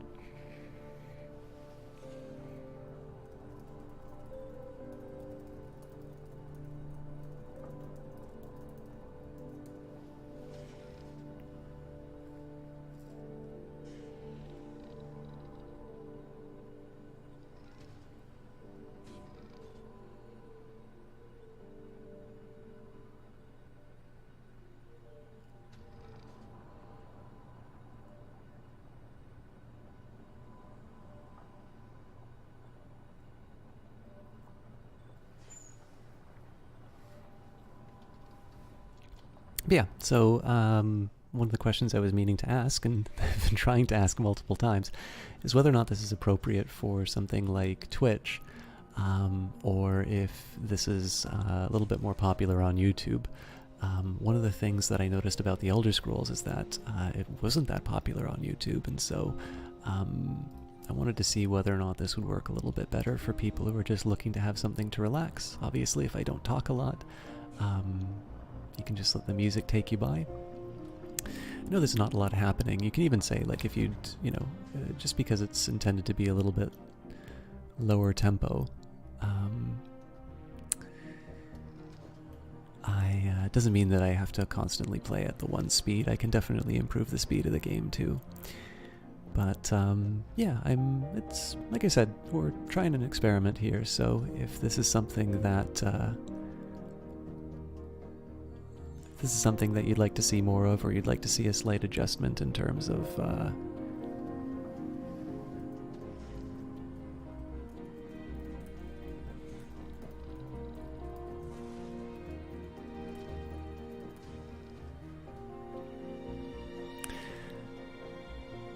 and yeah, so I'm sorry, I'm getting distracted a little. That won't happen for the other videos, but I'm sort of looking to figure out whether or not there's some changes that I can do, or if it's more appropriate on one platform or another. So this is the sort of feedback that would help. You can leave it in a comment, or you can say it in chat or something like that. But for now, I'm going to be, this is going to be a bit of a wrap up on the broadcast that I'm sort of monitoring while I record this. So I'm going to be on a little bit of a low commentary mode for a bit, and that's just going to be so I can deal with a bit of Q&A, which is eventually going to feed into these broadcasts as well. So I'm going to leave you to a nice dramatic view of the construction of my base, and just let the music take you away, and maybe now's a good time to write out those comments or those thoughts that you have.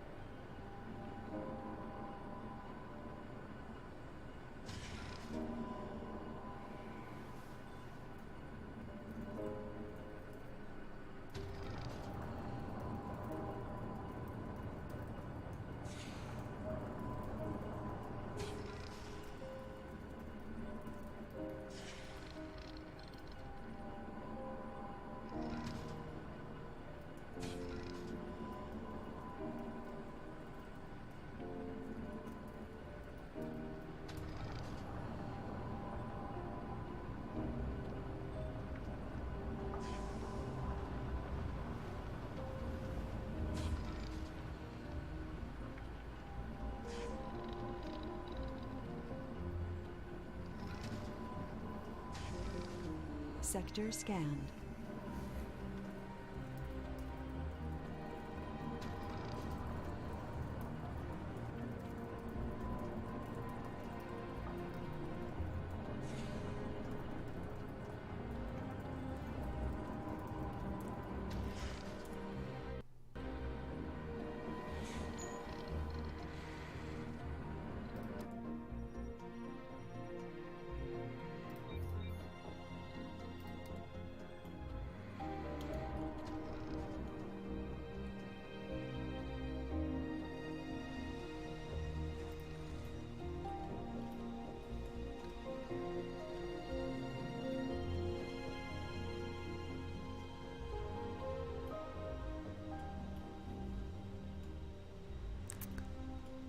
You know what that looks like?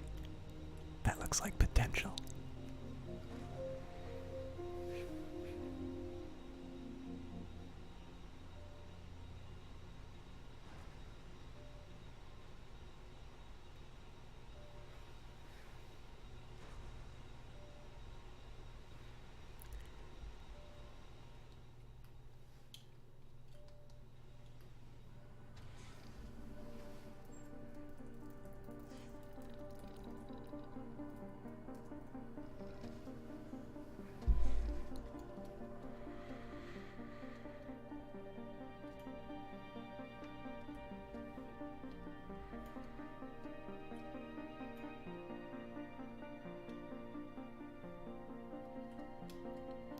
is what it would look like if this was your home planet.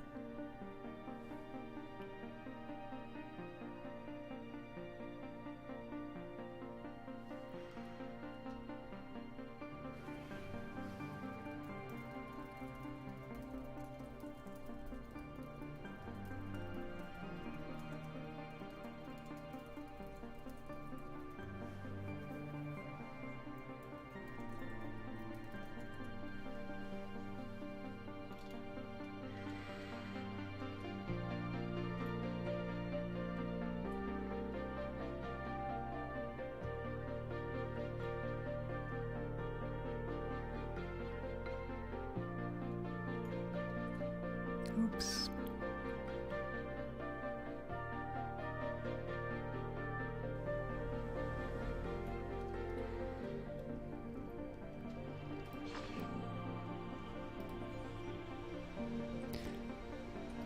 So we're getting close to building it.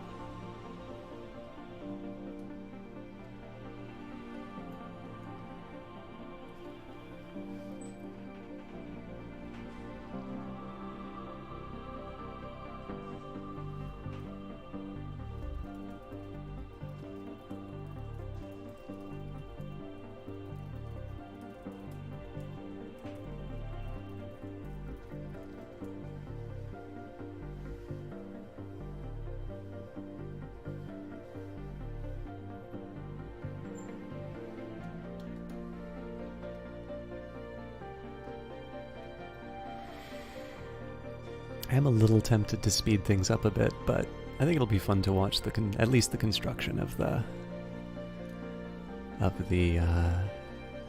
dome.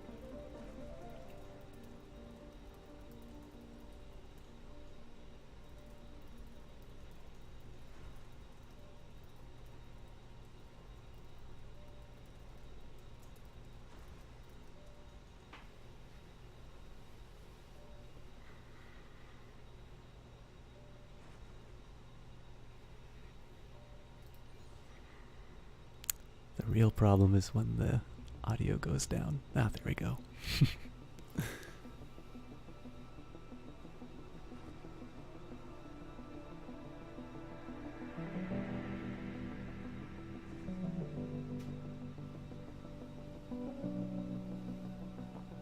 This is a really well done soundtrack. I think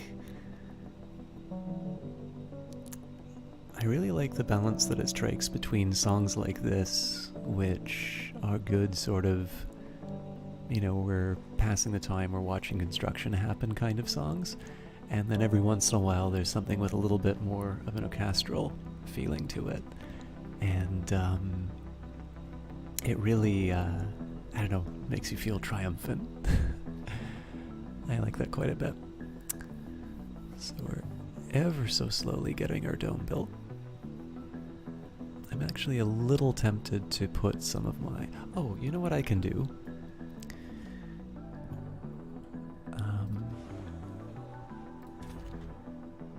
So I can make sure that my depots are in the sort of the middle ground. So we'll put a universal depot.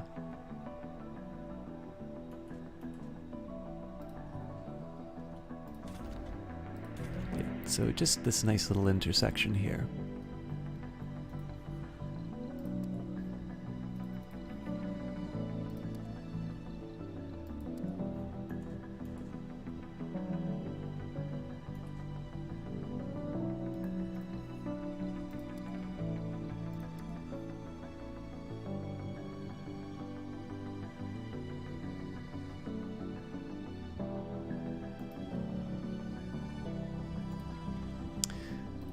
gonna do here is we're gonna do transport all.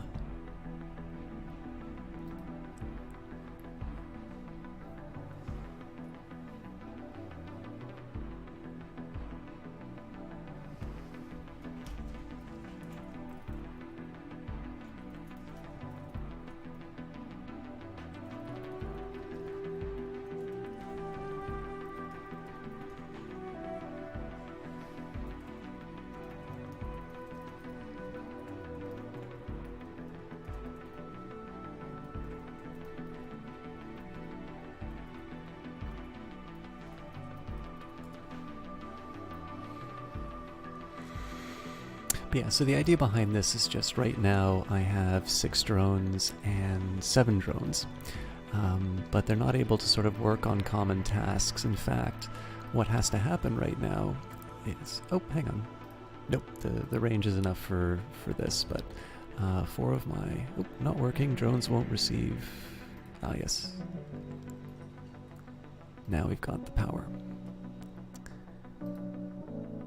But yeah, so the drones in this area can't quite reach this supply depot, so...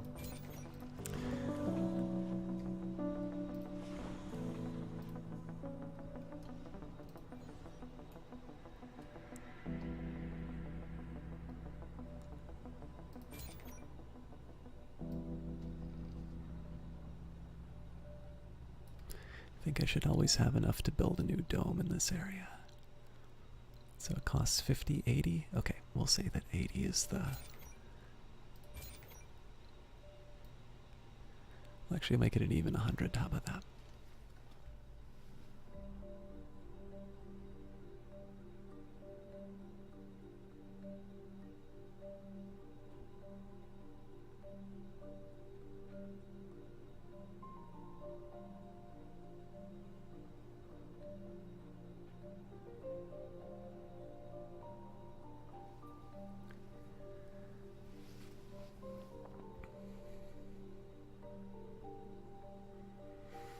Alright, I think we're gonna have our dome built.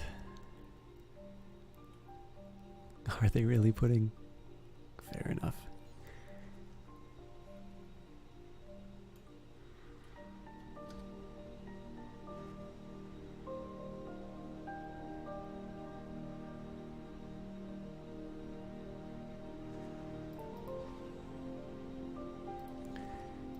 Now that I think of it, it might be a little difficult for them to get concrete. Well, no, they've managed it before, though.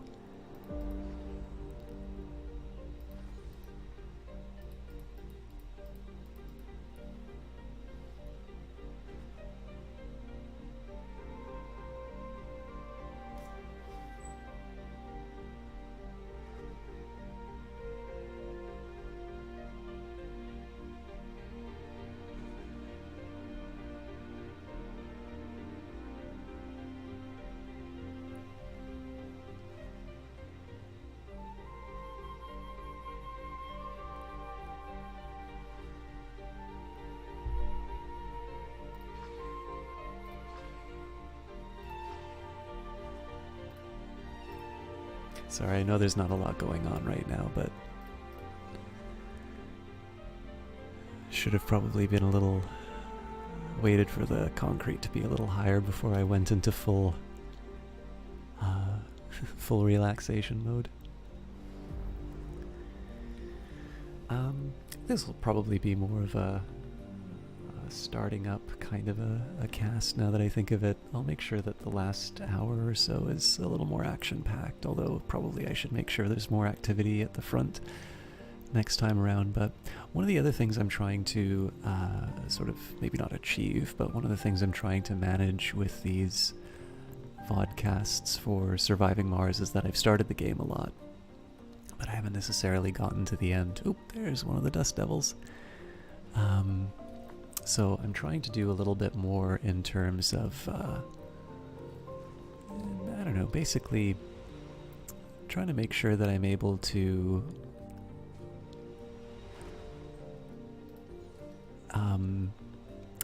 make some progress in the game, to see some of the, you know,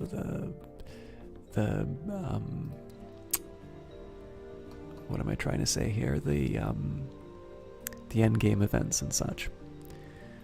What I may also wind up doing with this colony is I might just build a sort of like a living complex or something like that. And then I'll replace it with an apartment afterwards. It's not the most efficient use of resources, but the nice thing about the living complexes is that it just costs concrete, which we have quite a bit of. Oh, please don't get metal. And I did tell it to get a little bit of everything, so...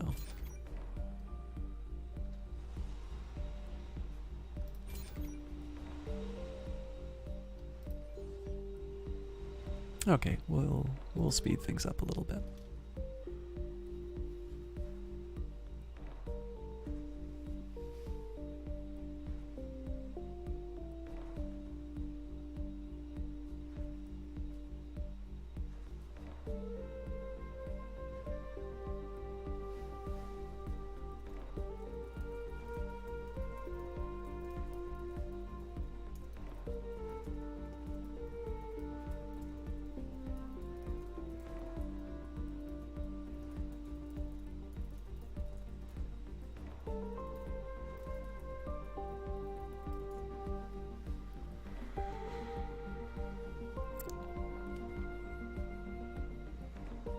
You know, I could also talk a little bit about the more high-level plans.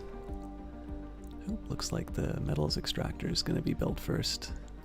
It's not entirely consistent with the normal priority, Sector but... scan.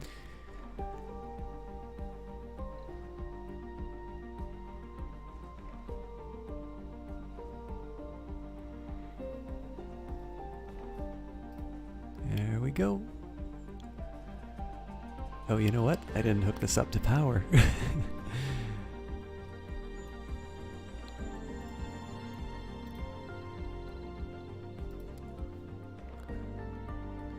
So I'm wondering if there's a tidy way...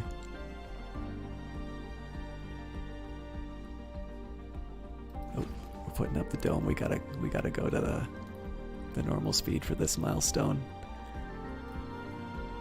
We'll put down our cable though.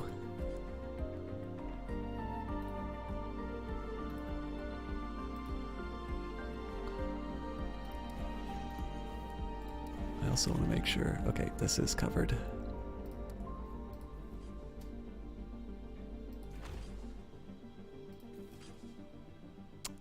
Not quite enough. All right.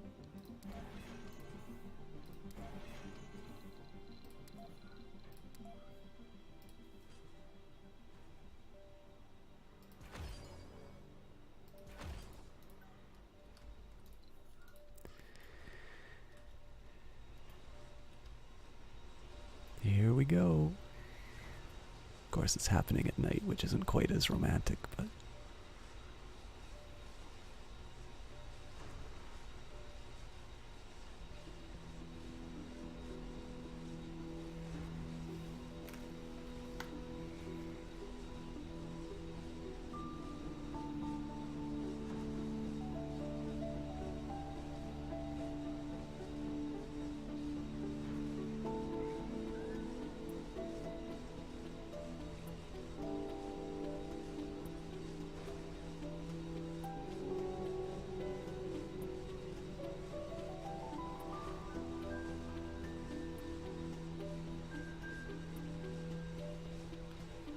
Research complete. There we go. Milestone achieved. Okay, so...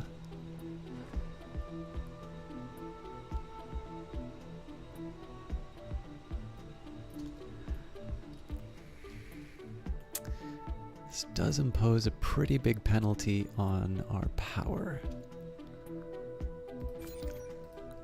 I think one of the drawbacks too is we're on lower ground, so it's not a good place for wind turbines, although certainly dust storms sort of, you know, really I should have been considering more Stirling generators. Okay, let's think a bit about what we're gonna do. So technology-wise, we did get our apartments. Okay, good news. I can build a polymer factory, That's actually not a bad idea, although... Well, out of all of the next alternatives, I actually think this is my highest one, so I am going to stick with that. So, construction-wise, we'll build start with an apartment complex.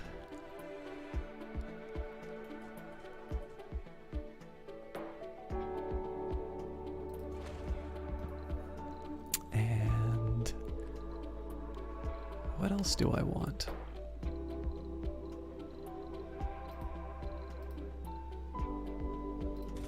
So there's going to be at least 8 engineers.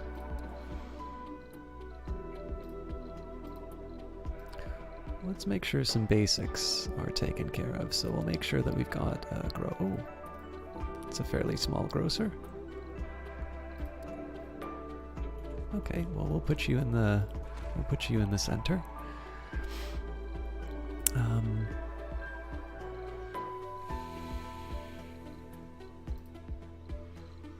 feel like you have to have a statue in the complex somewhere, but I want to think a little bit about where I'm going to put that.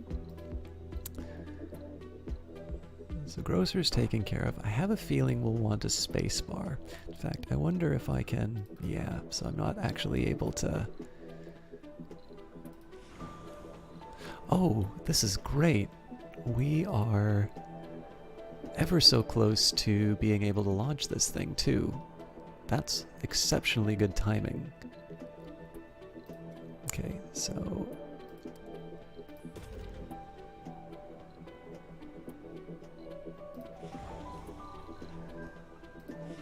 Six, 7, 4, 4. Okay. So I want to...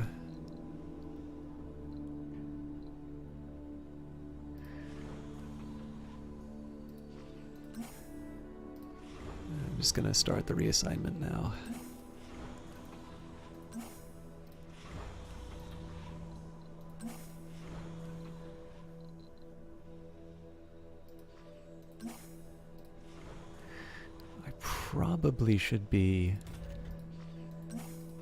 Probably should be putting more drones here.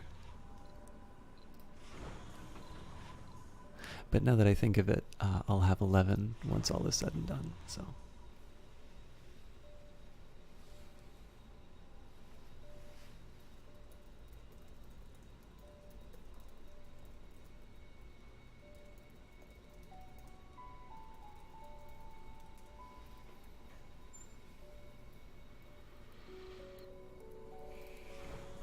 Okay, so we'll get ready to launch.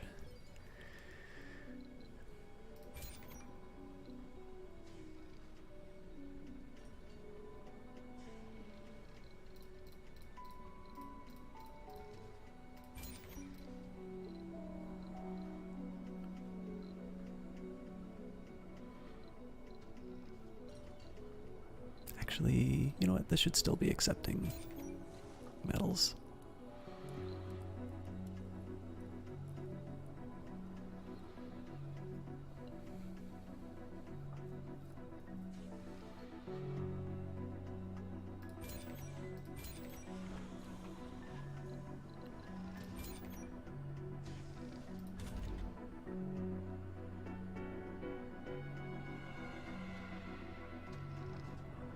So 6 water production is definitely a bit high. This thing says it doesn't have power, but I do have a battery.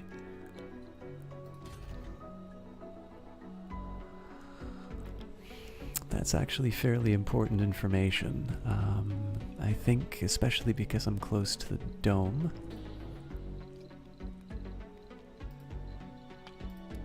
Let's just drop down another accumulator. Now, one of the drawbacks about this is that I'm not going to be able to have a Stirling generator nearby, or a water tower for that matter. Well, you know what? I think I'm just going to eat the loss that comes from being too close to the rocket. Let's get you up to Earth.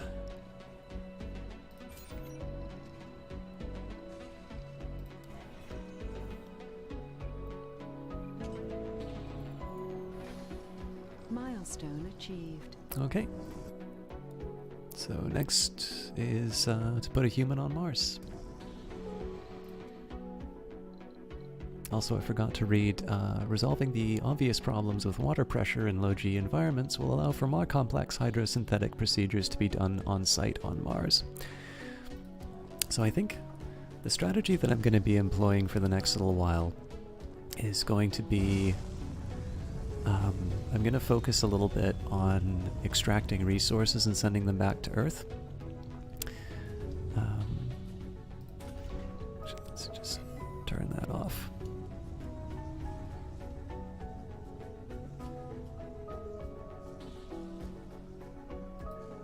So as you can see, a bunch of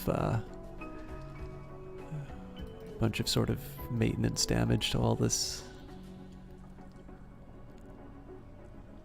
That's also going to happen close to the extraction site, but nothing that can really be done about that.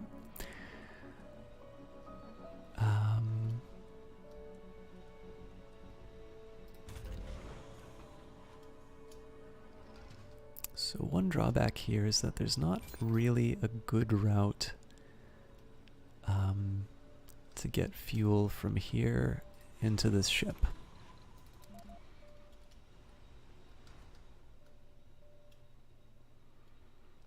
I am going to need another ship to give me some resources, I think. Yeah, I think for this I'm willing to have a metal depot just to sort of maintain this area here, but I don't want to dedicate too much to it. And then as far as a fuel depot is concerned,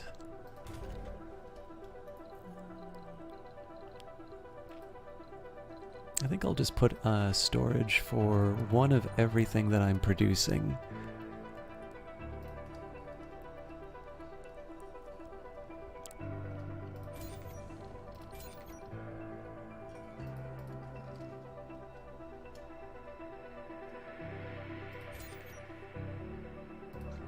Oh, no,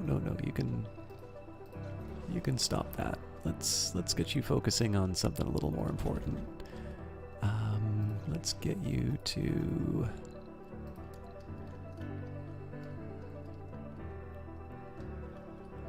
get you to pick up some resources, and you can put them back here. But yeah, so I think what I'm going to do is I'm going to focus a lot on the extraction of rare metals, and then we'll sort of take the opportunity to. Oh, actually, you know what? I'm going to make sure that this is a properly built up complex. So we'll say we've got counters crime by renegades, reduce sanity loss from disasters for all residents. Officers in the dome will try to prevent crimes. So not bad, but I think an infirmary is probably an essential. Visitors will recover health and sanity as long as they are not starving, dehydrated, freezing, or suffocating. A dome with a medical building has a lower minimum comfort requirement for berths. Okay.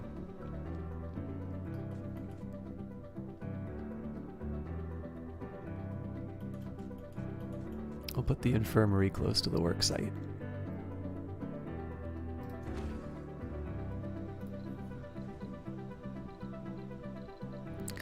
Now, what we'll probably wind up doing is we'll probably put something like a security station and a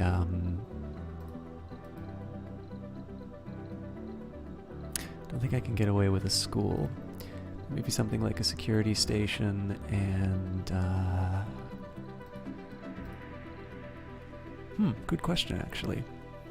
It's another little three-sized item that I can put there. I'll have to think about that a bit, I think.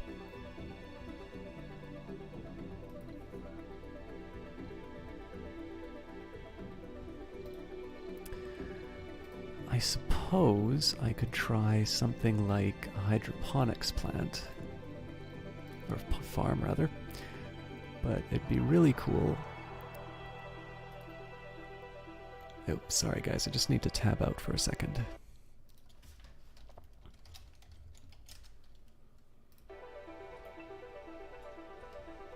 I won't have to do that again. I just needed to get a menu down.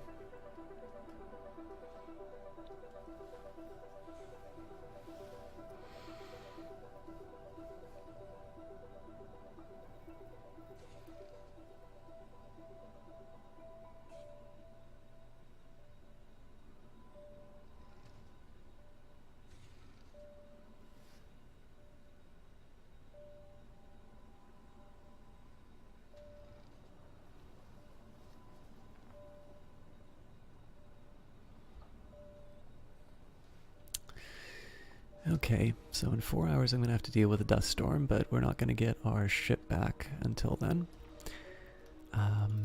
We're on our way to building our apartments, so that's good news there. I'm just trying to think what else I can be doing. So we need grocers, we need medics. The thing is, I don't want to build too many sort of irrelevant buildings, because we're only going to be able to bring something like 12 colonists, and I want most of them to be focused on rare metals. So I'm thinking probably we're going to have to build a spacebar. That does take a really large amount. So it can take 6 workers, but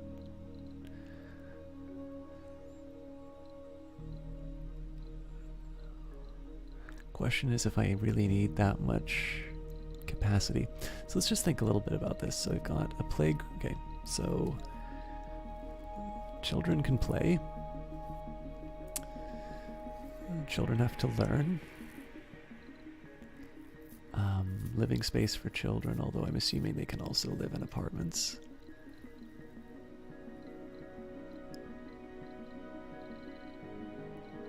And we don't have a university for them, so school's definitely going to take up a big block. We can maybe put that closer to the residential area or something like that.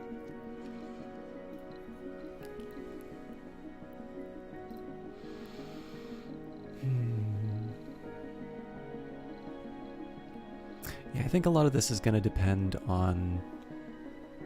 I think a lot of this is going to wind up depending on what the composition of my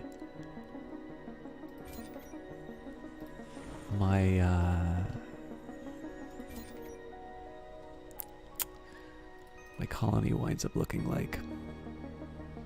It looks like this drone's not able to do anything at the moment.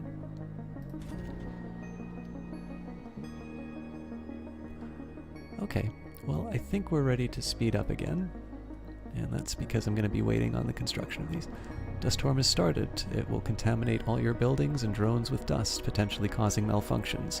Solar panels, Moxies, moisture evaporators will not work during dust storms, while wind turbines will generate more power. So unfortunately, wind turbines are not a very efficient use of my resources. So base production of 10, but it doesn't give any bonuses for an elevation boost, so that's a pretty good argument for trying to move up in the world if we can.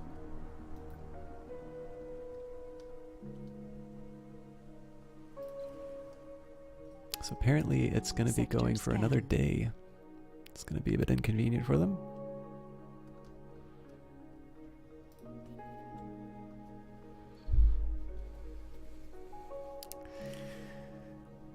I'm going to be interested to see whether or not I can land.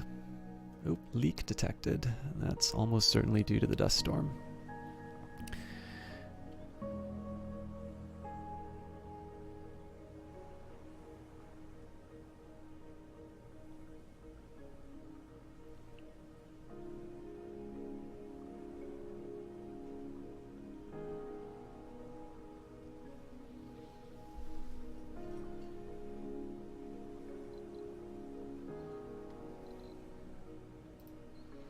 So the one potential risk I have is if I send these guys out,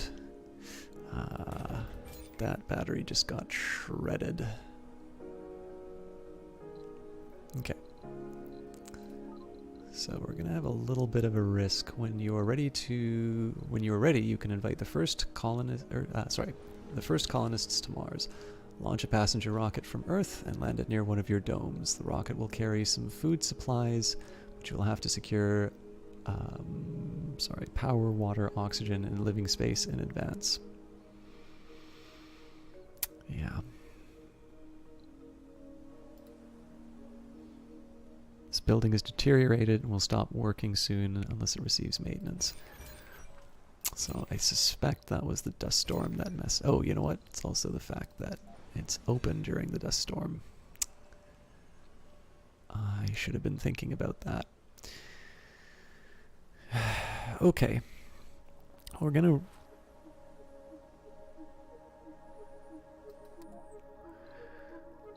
I'm gonna risk it. So let's do a filter. In this case, we're going to focus entirely on geologists. So the geology specialist is trained to work in extractor buildings, interest drinking, less in relaxation.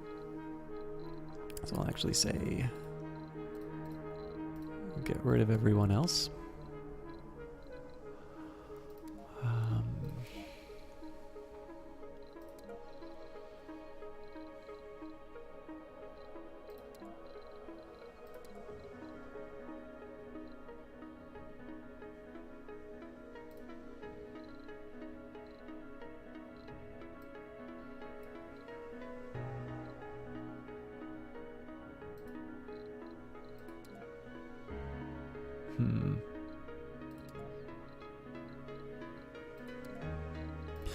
Okay, you know what?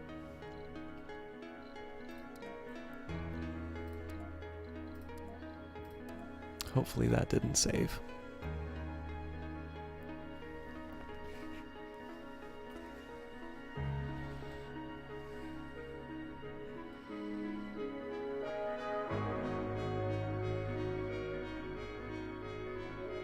Sorry, just need to respond to something in chat. The chat that's happening in history.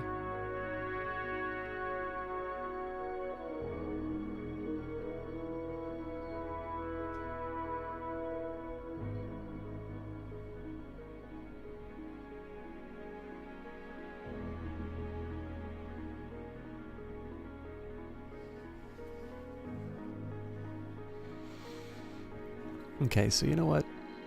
7 geologists is not that bad. So we'll say we can have medics, and we can have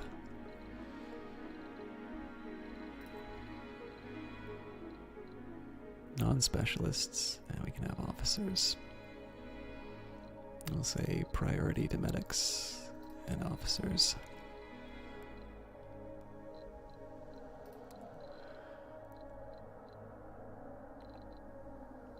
Okay, I definitely want to include the geologists. Okay, you know what I really need to do? So medics. What are my requirements?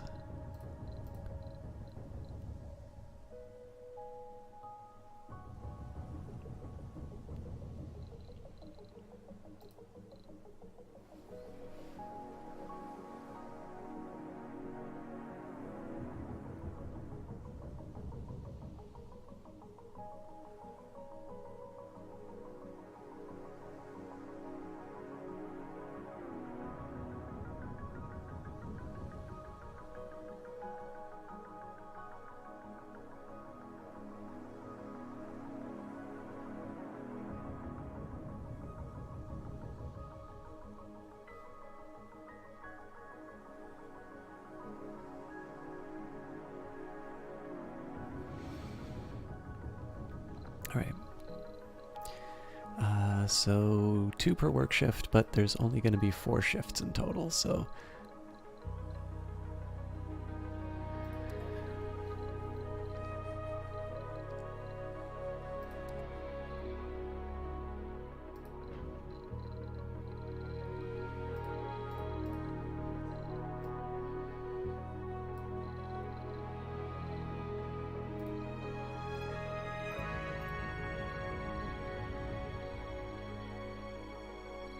Okay. Gaming, Whiner. Okay, we'll get rid of that.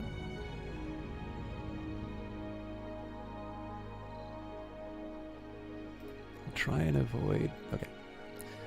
What are my medics looking like?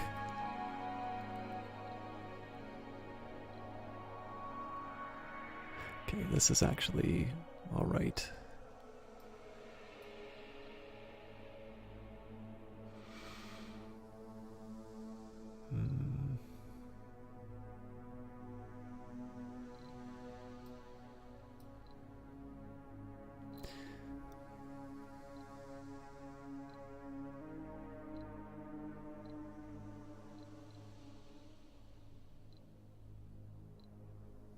Okay, so it looks like I'm gonna need to bring the casino.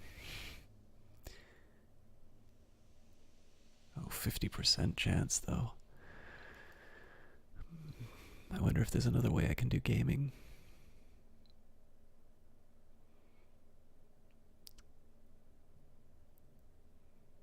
Okay, so I got 1, 2. Let's get that officer out of there. Okay, so 2, 3, 4. Ideally, I'll have at least one non-specialist, so vegan, rugged, gamer rugged. Religious and fit's pretty good one.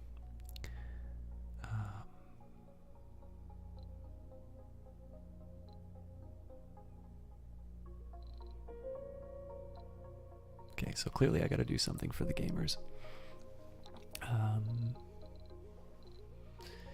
And my next two have to be medics. So what are the two inoffensive medics?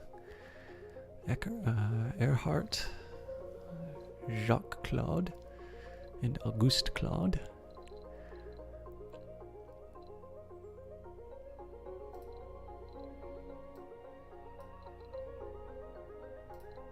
Okay. These are the brave souls who will be launching into space. I might want to consider changing the composition a bit so we've got non-specialists, but you know what? We'll work with what we got. Oh, I completely failed to pay attention to their preferences. Okay. We'll put down the space bar. Yeah. Keep that away from the apartment complex. Okay, so casino will take care of gaming, but it also means if that's the only way that guy can take care of what he needs, it's gonna be bad. So I think the electronics store will be the way we scratch that gaming itch.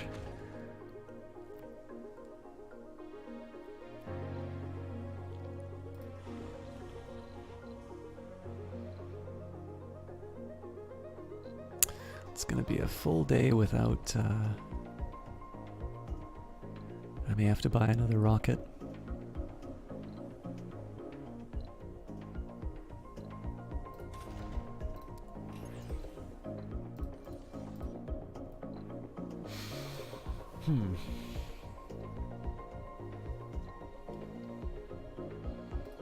So all these drones are down because of the drone hub. There's really no way that this thing can get powered again, so I think we're sitting ducks. I might have to consider building some wind turbines because this is not great.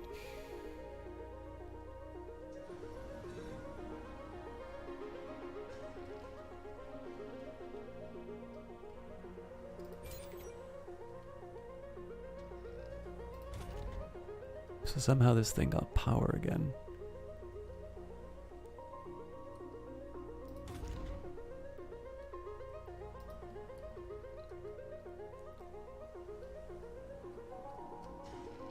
See, I definitely need to prepare for the windstorms better. So I'm gonna put my list. So the Stirling generator isn't a good solution to dust storms because I can't have them open.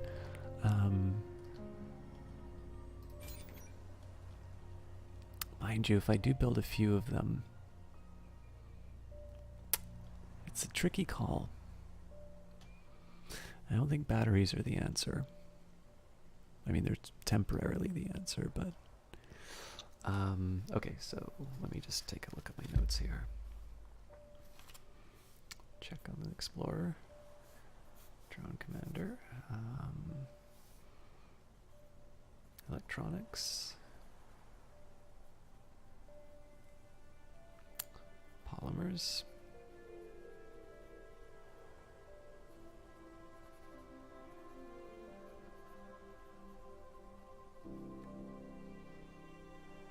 So I either need to bring machine parts or Stirling generators.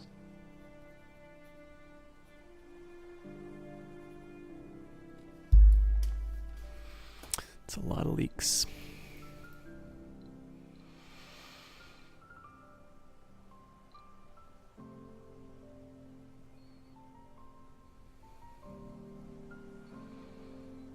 Yeah, we're shut down during this, so let's just speed it up.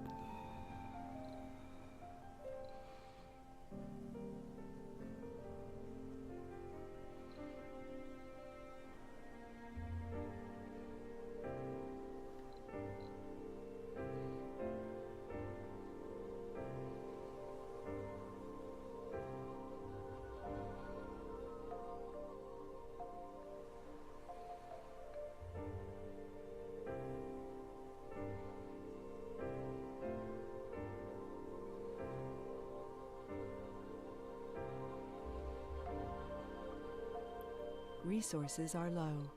Okay, so we're definitely gonna need to bring in some electronics. I can use one of these supply pods, but I think it's better if I just properly land a rocket. The real problem is that this storm has kept me from being able to generate fuel. We're just really just sitting and waiting at this point. So Sector scanned. let's get you to collect.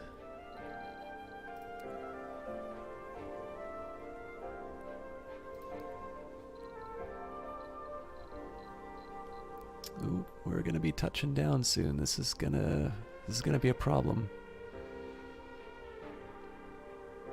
Oh my goodness, they only have 12 food as well. Okay. So, passengers on board will die if the rocket doesn't land in 119 hours. Well, we can definitely afford the 7 hours. Ooh, okay, so in 3 days and 3 hours. So it's gonna get a bit spicy. But I think we'll be able to manage it.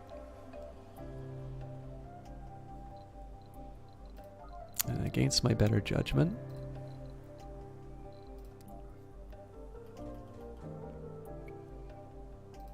we're gonna make a landing pad.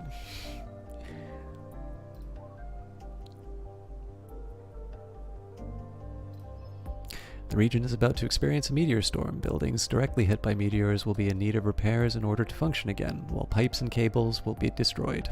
Rovers hit by meteors will also need repairs, while drones may become irreversibly damaged. Meteor storms cannot be avoided, but some good practices may minimize their damage potential, such as not clustering vital buildings next to each other, pipe and cable redundancy, and researching texts for MDS lasers from the physics field. So as it turns out, we couldn't land the rocket during the dust storm anyway, so we will give them a bit of time to, to recharge everything. Is this thing empty too? That's dangerous. So the rather regrettable lesson from this is that we are not equipped to deal with dust storms.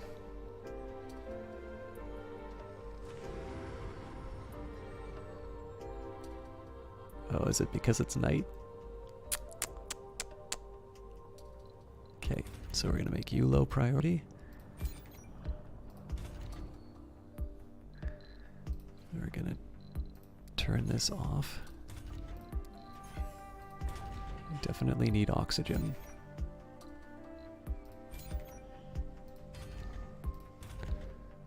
Yeah, that Stirling generator's just not enough. Okay, well, we can get by with a day, but...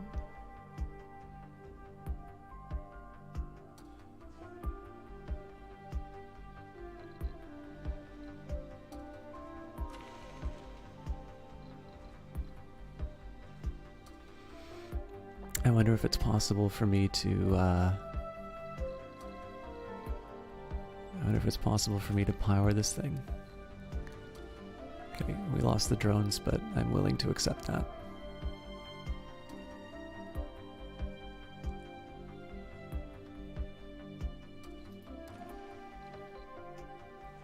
Okay, once these come back up, we're gonna... Okay, here we go. Party time.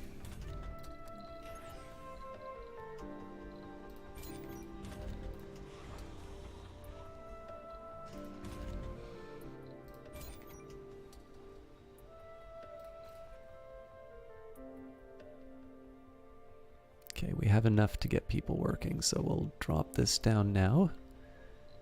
Or the building's not working. I will live with that.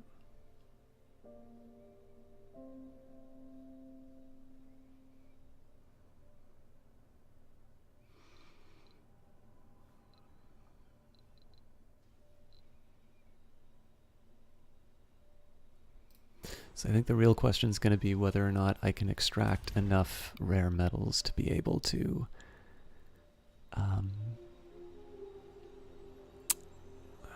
to get a bit of financing for when I return this rocket.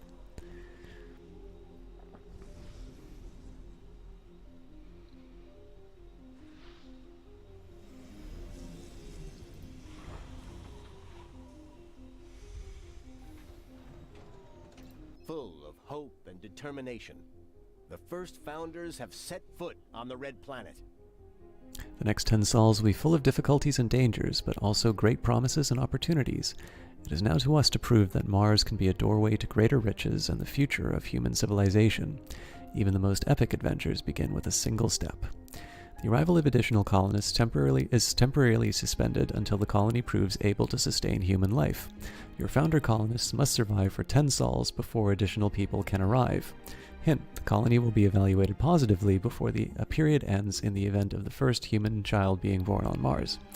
If you feel you're up to the challenge, try constructing a medical building and raising the comfort of the founders as much as possible with service buildings. Research complete. Milestone achieved. Okay, so we completed the Earth-Mars initiative, which will also sort of supercharge my research. So here we can do systematic trainings. Okay, nice, but we'll go for the zero-G fungi in this case. Okay, so let's, I'm going to watch these guys one by one as they come through.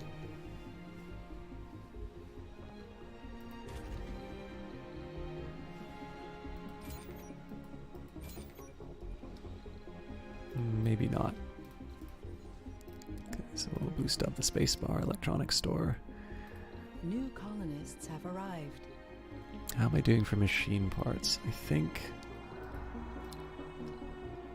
as a precaution, I'm going to start building some wind turbines.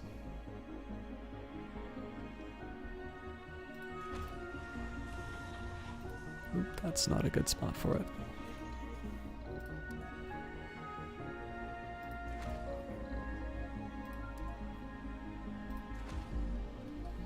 It's not great, but we'll work with what we've got. Okay, so this is good. We've got a bunch of specialists working on this.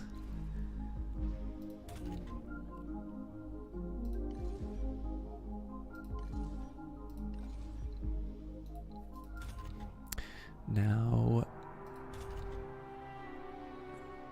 this doesn't make any sense.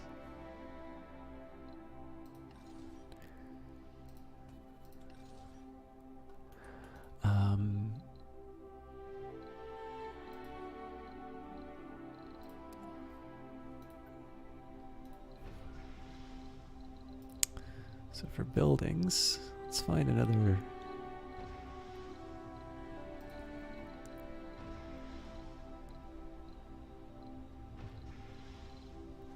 Okay, so I'm already building a spacebar. We're good there. Got an electronics store.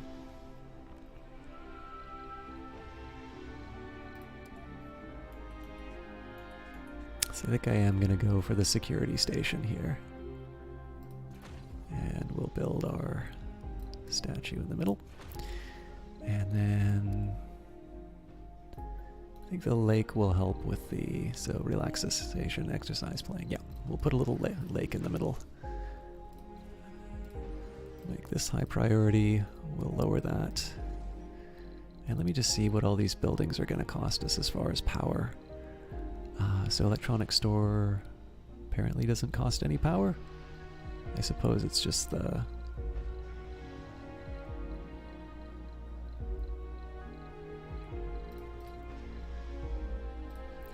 Okay, so all my colonists should already be in here, so what do they like to do?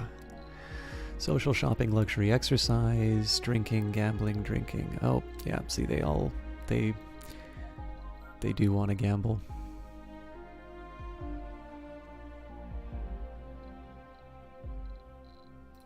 Do I have social buildings? That's an important question. When the spacebar turns on, I think I will.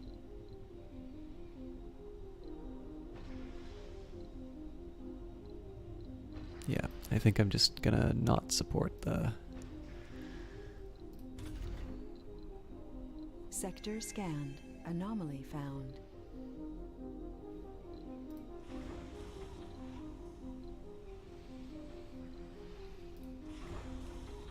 Okay, so I want to minimize the priority on that, so the fuel goes to this rocket first. What's happened here? Waste rock storage is full. Bad luck.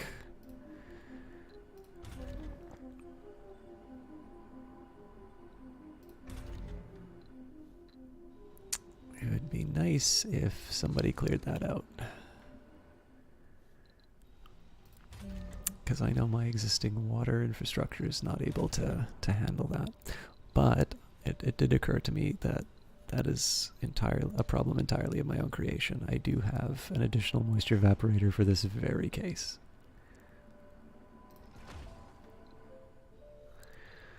Okay, and even though we are at full capacity, even though we should be generating the maximum amount of power right now, I'm actually losing it, so I need to get on top of that. Ooh, that's going to be a problem. I don't think we're going to have enough power to keep things going. I'll make these high priority.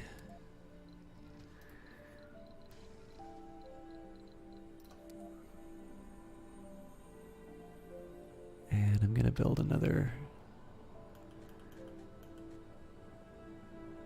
I'll build another set of solar panels.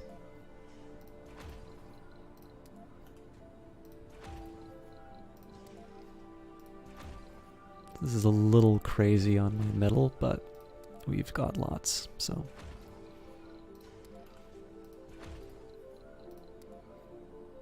But what I do need to make sure about is I do need to make sure that we've got some power accumulators down, so. Well, that one's already taken care of, so. What I think I might do here is...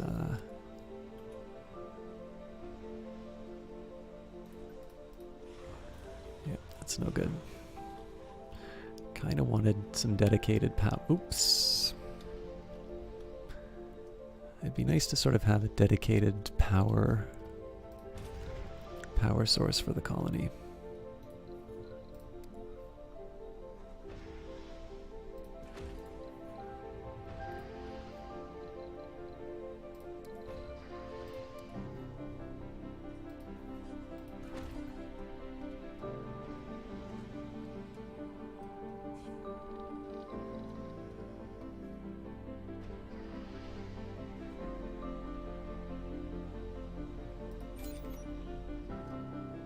Okay, so storage-wise, we should be okay for with the water for now.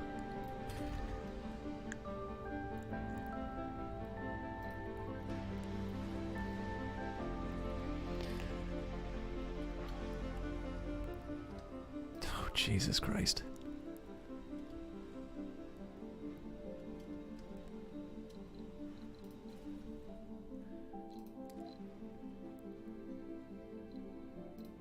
colonists are suffering from hypothermia. Domes feature heaters which maintain the planet pleasant temperature of 23 degrees Celsius around the clock, protecting against the fluctuating temperature of the fickle Martian atmosphere outside. The temperature inside the dome quickly decreases when the power supply is cut, and the colonists sure do feel the effects. If the situation remains unchanged, I'm afraid that it could be fatal. Colonists with the freezing status effect reside in the dome with an insufficient supply of power. Increase the amount of power accessible to the dome to prevent this. So yeah, how good is my Moxie? Okay, we're half capacity for that. We've got 1 day before the storm hits.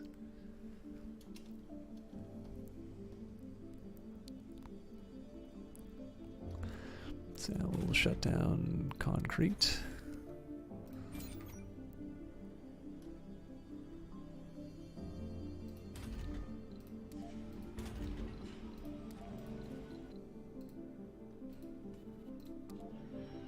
Oh, Jesus. Okay. Definitely pushed too hard.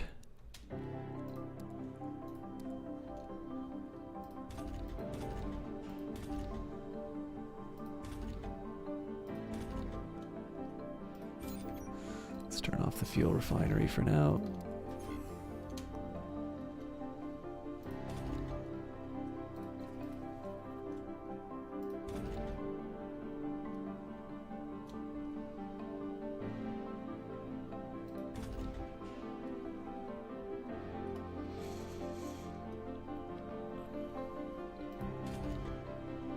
So it's not ideal, but I think this'll get us through the night.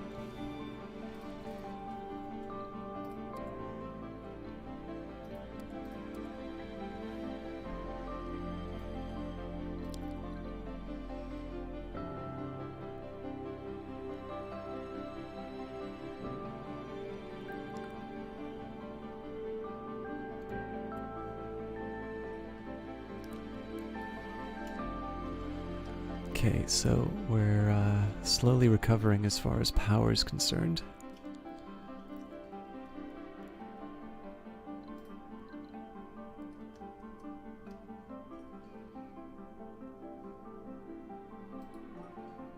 And we should get our solar panels up pretty soon. There we go. Okay. So you're back on. Actually, you know what? We're definitely going to say the concrete extractor is a low priority. We'll say this water... Well, I don't want the water extractor to be a high priority. I just want to make sure that the drones actually clear it out.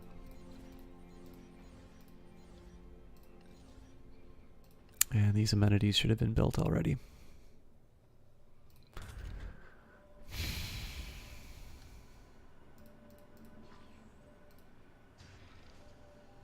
Are they just not in range? Drat. That's exactly why that's happening. The waste rock is probably outside of the drone's range. Okay, so that's going to be what I use the drone commander for. That's a little frustrating.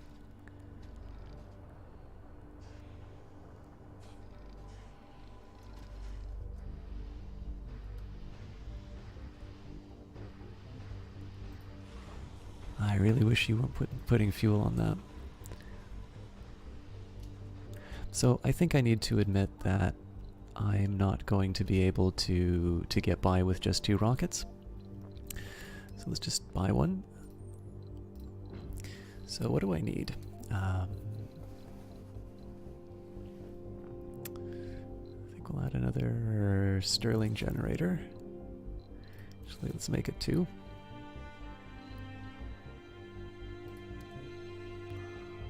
We'll add a commander. 4 drones.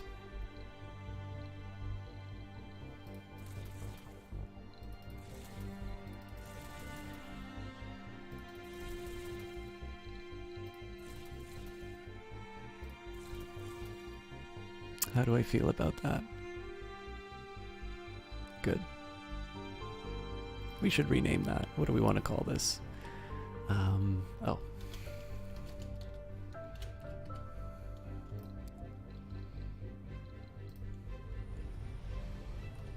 Okay. So with luck...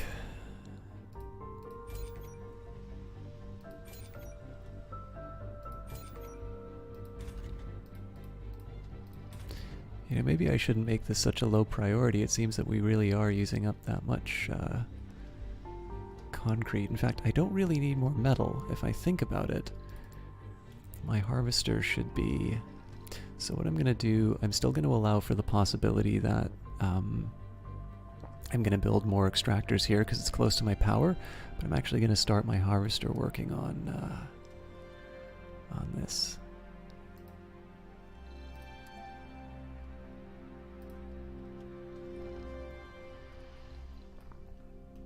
And now we'll speed it up.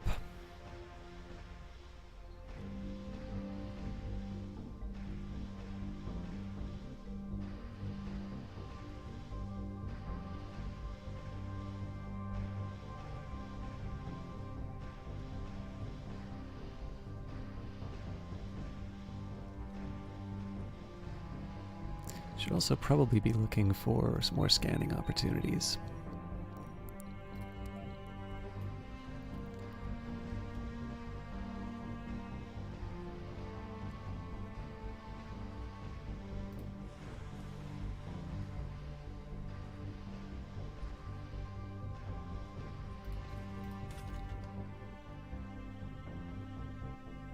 Sector scanned.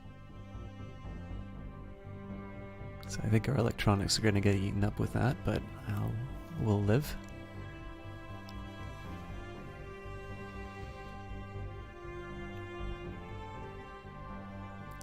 What I think I'm going to do is I'm going to build the kid-oriented buildings if we do actually have a birth.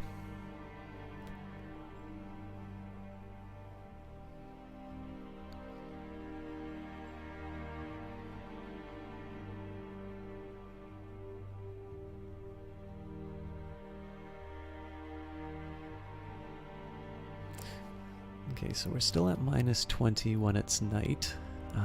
That will be... So that will partly be addressed with the additional Stirling generators. I think I am going to build... Okay, well, this still needs to get constructed.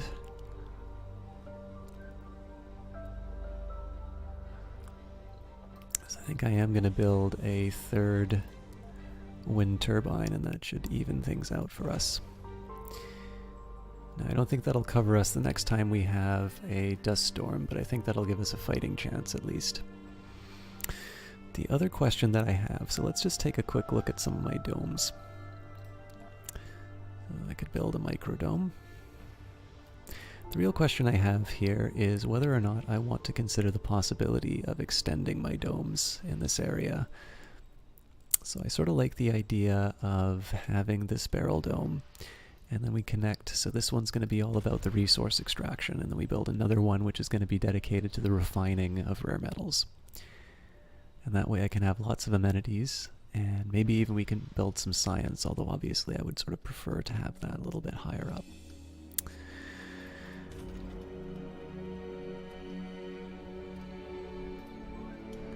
And in 7 hours we're going to have to contend with a meteor storm. I hope it doesn't hurt us too much.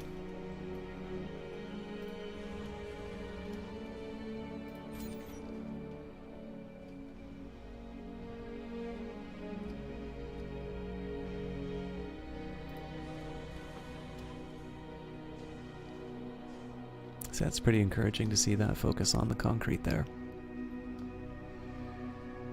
You know, now that I think of it, I actually prefer this to the transport. But yeah, so I think that's what I'm going to do with this here. If I wind up having kids, you know, I'll build the buildings for that. But I'll make sure that I have one free area available for... Can I thread this needle?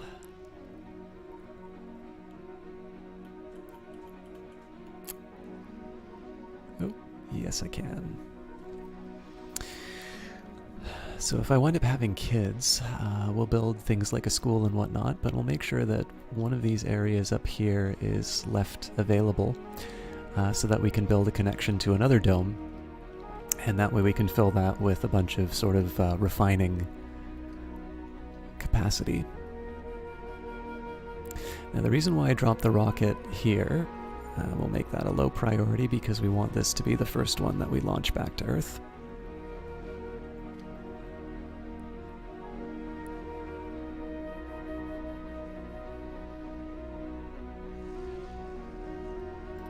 Oh yes, I also want to start putting these drones into the hub.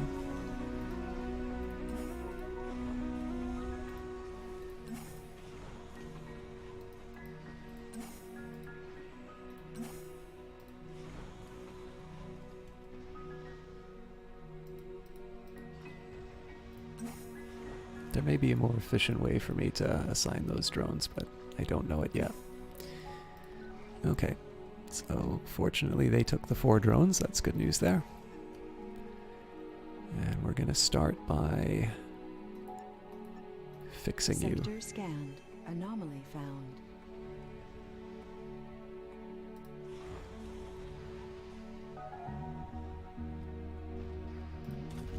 So one thing I'm not crazy about is we are a little shy of rare metals workers, but I do want to make sure we have things like the electronics store and the infirmary. I kind of want all of these things to be up and running.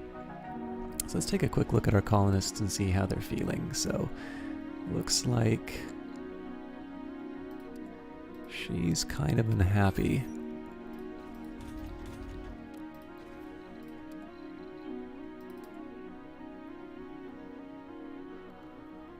So no functional residence, not available for social, had an unprepared meal, well rested, service building was closed. Okay, so a lot of these are sort of leftovers from when we weren't up and running.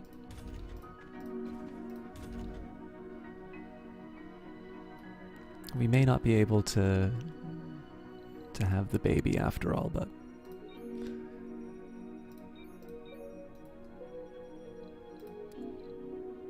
so fortunately it looks like the meteor shower seems to be localized up here.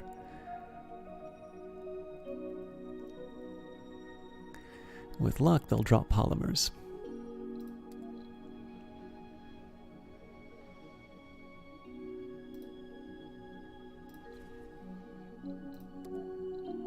So yeah, things have sort of leveled out a little bit. And looks like August is most happy. And I have a feeling that over the next few days these colonists are going to feel quite a bit better. Okay, so notice here that we're at even, sort of on an even keel as far as our power is concerned. Oop, probably should have been a little bit more focused. So let's get that drone commander up. Let's get you exploring the mysteries of the universe.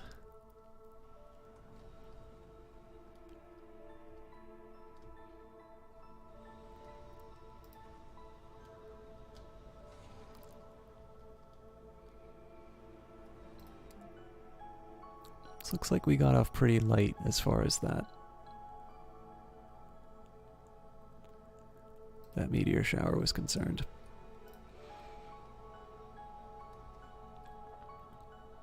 But yeah, so there's the possibility that we may get the first human born after some of the negative effects of the closing.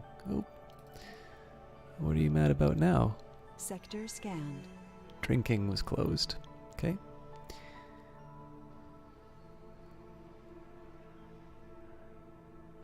Is she a whiner? Yep, she is. Loses sanity when low on comfort. Well, that's a pity.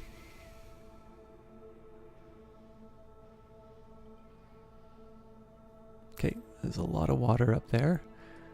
Well, there's also a lot of water here. Anomaly found.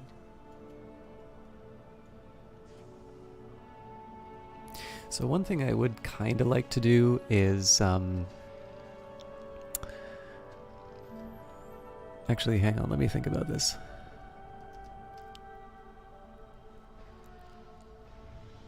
Anomaly analyzed. We'll turn that down for now. We discovered unusual crystals in the remains of a meteorite. Oh, crap. The magnified images of their crystalline matrix were broadcast by every major news channel on Earth. One tabloid even claims that the crystal is in fact artificially created, some kind of artwork of a microscopic alien race. The work resembles a million tiny cylinders surrounded by flames. If you squint your eyes, the very static of the composition resembles a star map. The image is bordered by double rainbows, while the work has an abstract feeling and a very dynamic structure. While all this unscientific sensationalism has outraged our experts, the publicity provided us with some unexpected benefits. Gained 400 million. I want to believe. Okay, so let's slow that down. Let's open that up again. But what I want to do is turn off the security station. We don't really need that to be active right now. Suffocation. Our colonists are suffocating. We only have a few hours to get them more oxygen before they run out. Our domes are large enough to contain tons of breathable air, but when the systems fail to refresh the supply, the amount of carbon dioxide will steadily increase until the atmosphere becomes unbreathable. Colonists with a suffocating status effect have no access to oxygen and will die within a short time. Connect their dome to an operational MOXIE and oxygen tank, or plant oxygen-producing crops and wind farms to supply them with oxygen. Troubling. Okay, hopefully nobody died.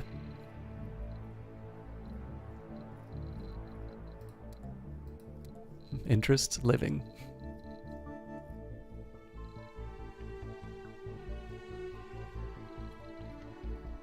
Okay, so I think some people are...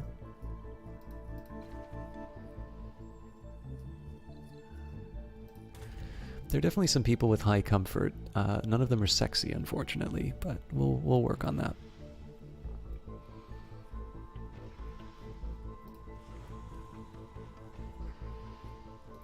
And you know what? I should probably be following my depot strategy, and we'll put a rare metals depot here.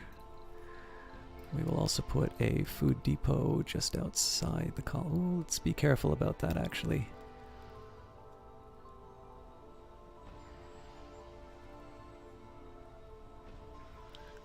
It's not the best place, but I actually prefer it here.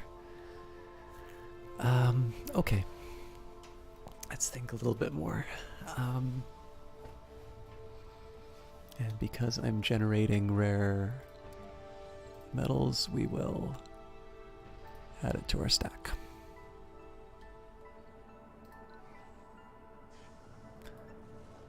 And in this case, I'm just going to move the commander a little bit closer to where they can be helpful.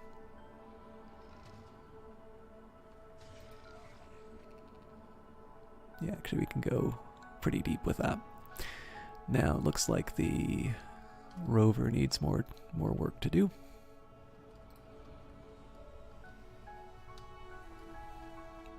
I think we can speed things up a bit again.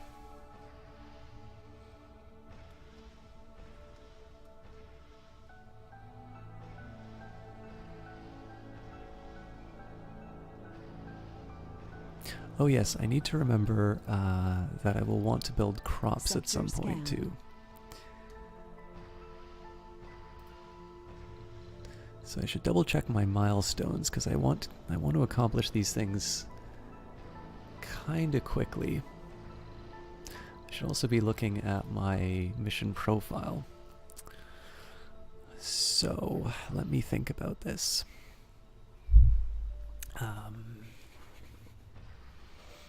Milestones are not the mission profile. Okay, so they want me to spend $5 billion, and I'll get 2 sterling generators. That's pretty good. Export 2 billion worth of rare metals. Good news there as well. 5 smart complexes. I have no idea what that is. 20 colonists with a tourist trait. Oh, interesting. So that gives me an incentive to do that. And then generate... Oh, I don't think that's within the first 5. I think that's in general. Okay. What about my milestones? I know they're here somewhere.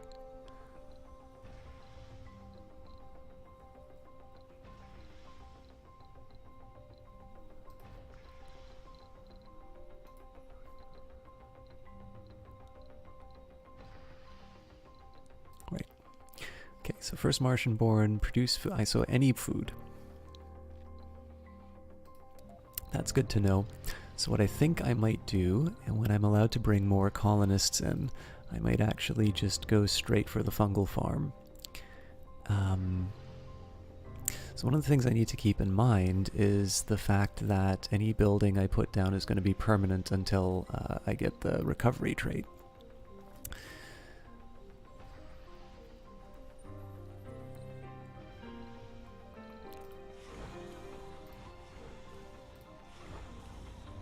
Okay, shame on whoever has been refueling this ship.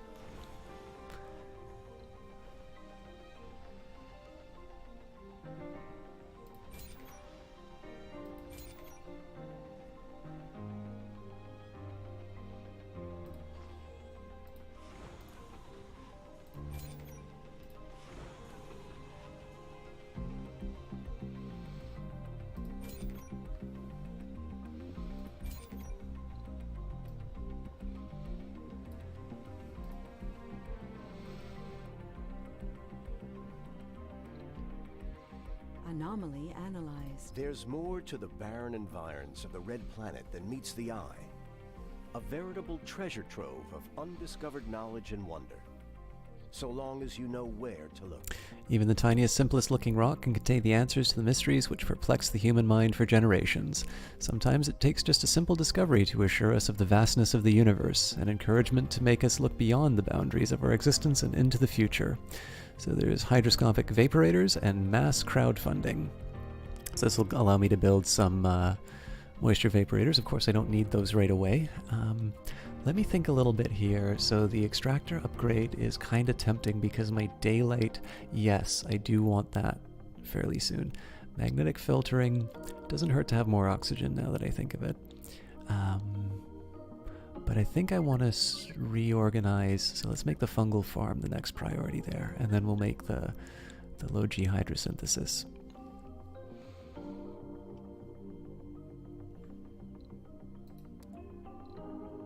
I do have a bit of an incentive to spend some more money, so let's think, what's it going to cost me to outsource? So if I spend $1 billion, I'll get 5. Oh, you know what, we'll just totally, yeah.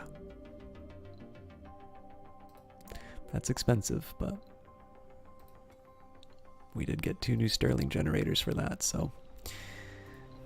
And I know exactly where I'm going to put them.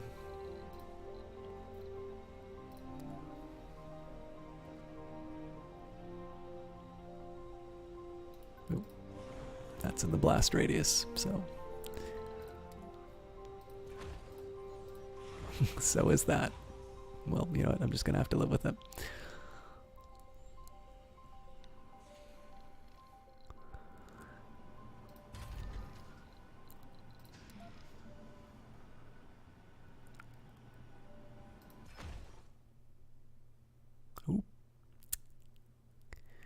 Drone attempts to put the square part into the round hole for the 3rd consecutive time, determined to find a solution.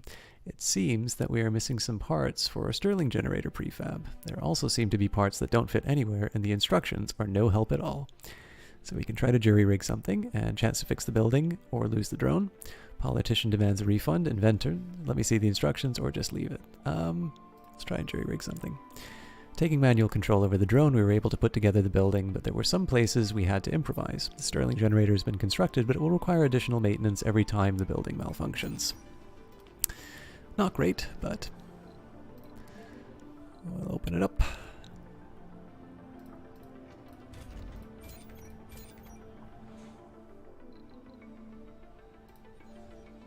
I think I'm going to sit on the other Stirling generators. I mean, it is a little wasteful, but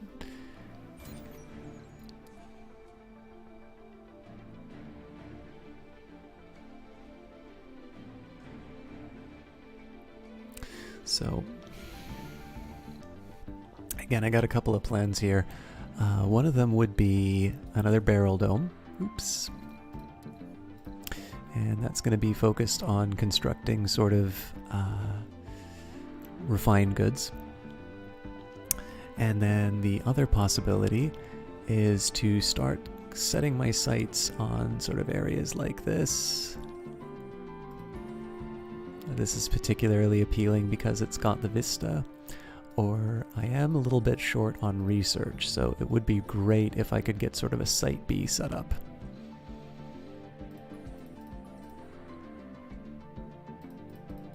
I wonder if it's possible for me to take advantage of... Does it say what my bonus is?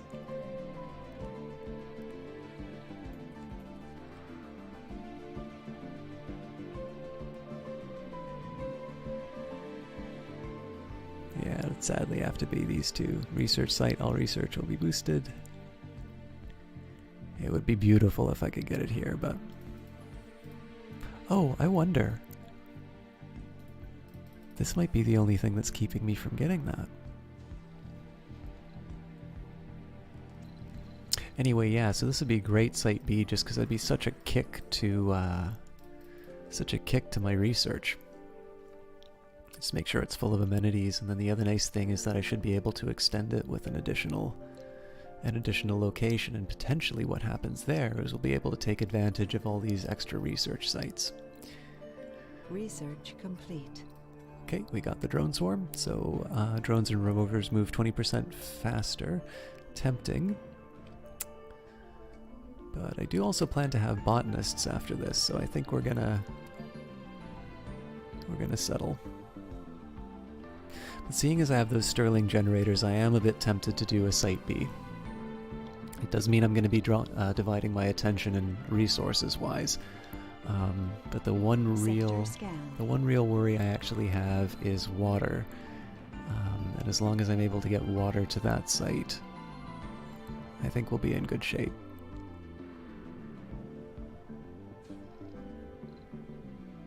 I should also consider what I'm going to do with these solar panels because it's a little wasteful. We're generating 120,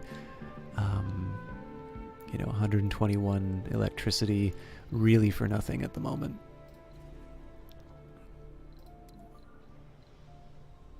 Now, what are my polymers at? It's a little... I can't really afford to do that right now. Holy smokes. Well, this is a shame. For some reason, this rocket's being refueled.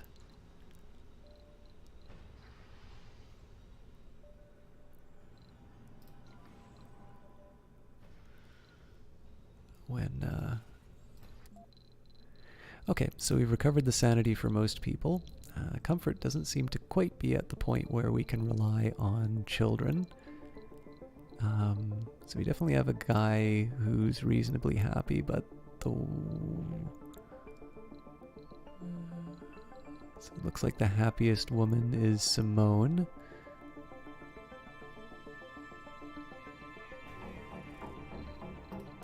Probably should have built a proper garden. Let's see how she feels. So the fact that the spacebar is closed is still causing a problem.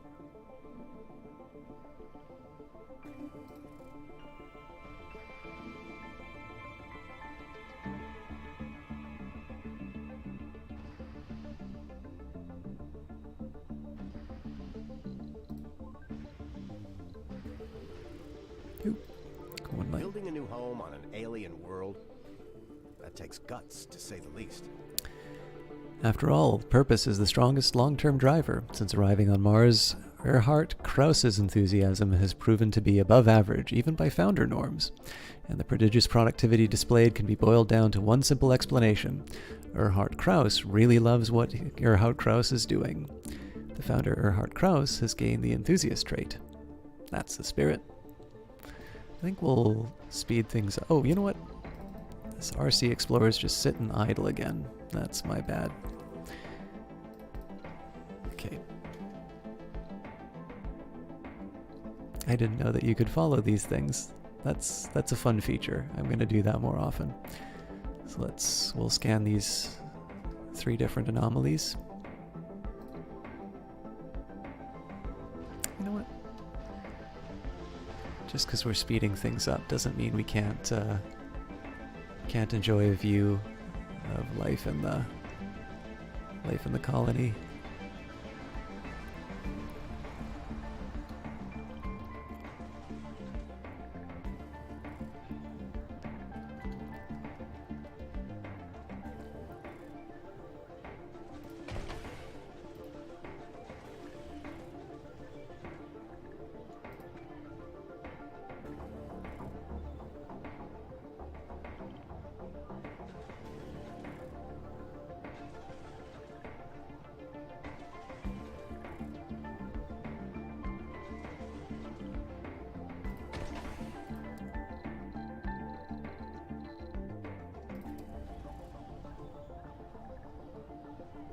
So she's probably going to wind up trying to visit the space bar soon. Research complete. Oh, nope. Anomaly analyzed. Good news. Okay. So I'm not crazy about launching the Hyperion, but I do need to get a rocket back to Earth, and this thing's obviously not going to get filled up, so... Okay, so the anomaly is done. We'll zoom out a bit, and let's go. So magnetic filtering is done. That's an upgrade that we can give to the Moxie.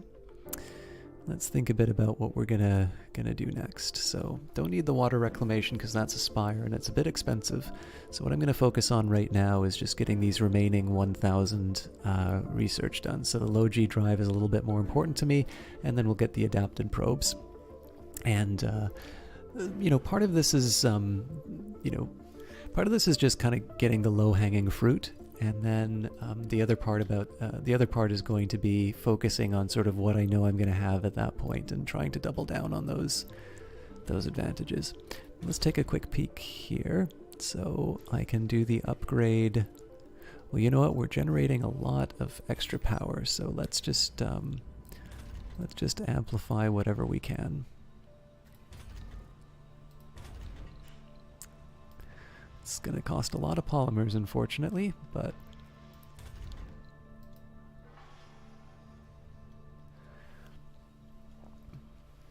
so the good news is that the way that the cycles are working is that all of my really major power consuming buildings are going to be offline when yeah, it looks like the comfort's generally improving.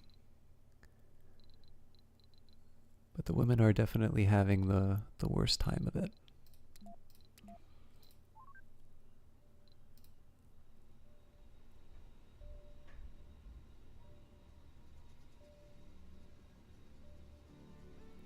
So yeah, you'll notice... Sector scanned. Anomaly found. So more... ooh, this is going to be a good site, so... average and low, but they're stacked together just like at this site. So but yeah, so if I want to do mining, it's still a pretty good site, but I definitely think research, if I'm going to build a site, so if I'm going to build a site in sort of my consolidated area, site B in terms of refining rare materials, it's definitely a good idea because I'll be able to build electronics. But alternatively, what I might want to try is building a Site B, which will give me additional technology. Anomaly analyzed. Okay, so we've got, what was it? We can build a polymer factory now. That's another good refining option. And we did research the anomaly, so we'll move over here. And let's find some more stuff to scan. Should probably focus on these ones on the bottom too, but what I'll probably do is I'll start looking at some of these areas because there's a possibility that I might wind up building something there.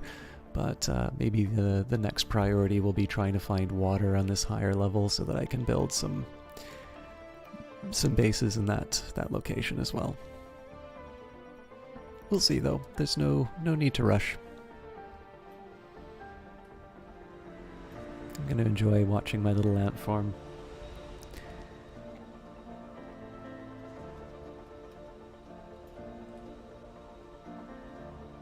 The overseer is peeking into your homes. What are you doing?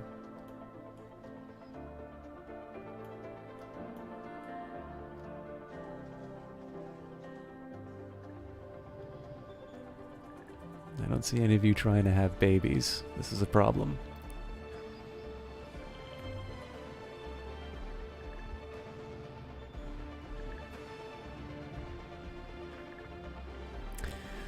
What I might have done is considered some more non-specialists.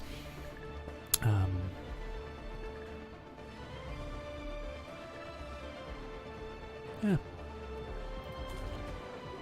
Yeah, just because I've got so many people who are working, you know, they're specialists, but they're working in jobs where they really shouldn't. The doctor's going for his morning beverage.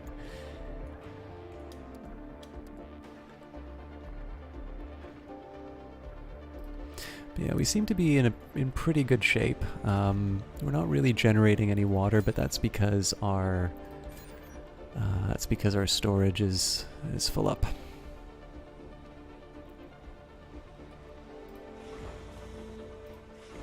So disgracefully, this is... You know what? I'm just gonna make them both high priority, and we'll wind up exporting whatever metals we have. There's really no ideal way of handling that, unfortunately. Okay, how's the waste rock on this? Okay, it's completely taken care of, so not the ideal solution if I'm completely honest, but it's one that'll work.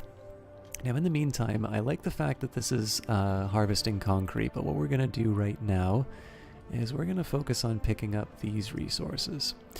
And the reason for that is I might be able to build Site B, which will give me a big boost to research. I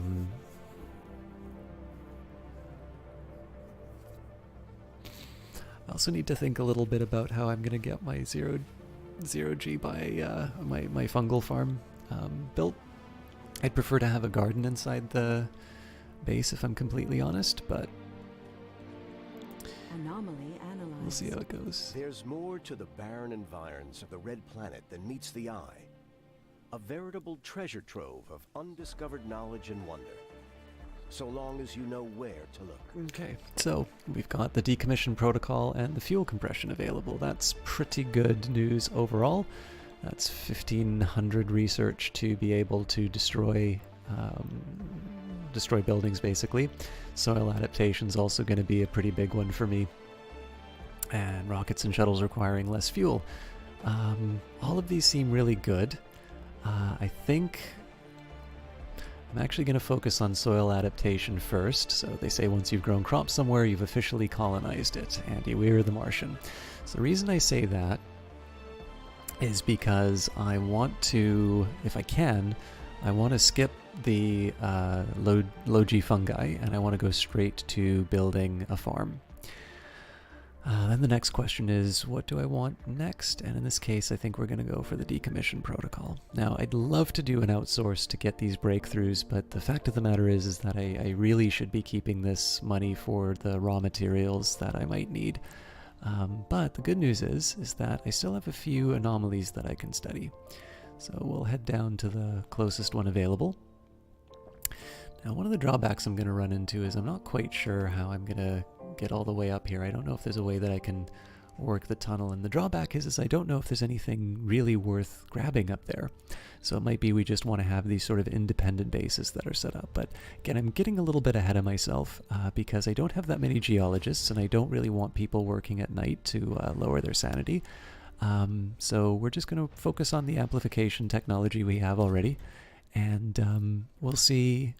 We'll sort of see what comes up. I think probably it's better that I just focus on being able to extract the resources that I can, and then we'll once I'm full up here, I'll maybe start considering some of my other options. If I'm really thinking ahead, I should consider the fact that maybe there'll be like a garden here. Maybe we'll build a school here. I want to keep this available for building an extension. So garden, school. What else can we build? So let's say that we go full for kids and we build a nursery and a playground. And what else?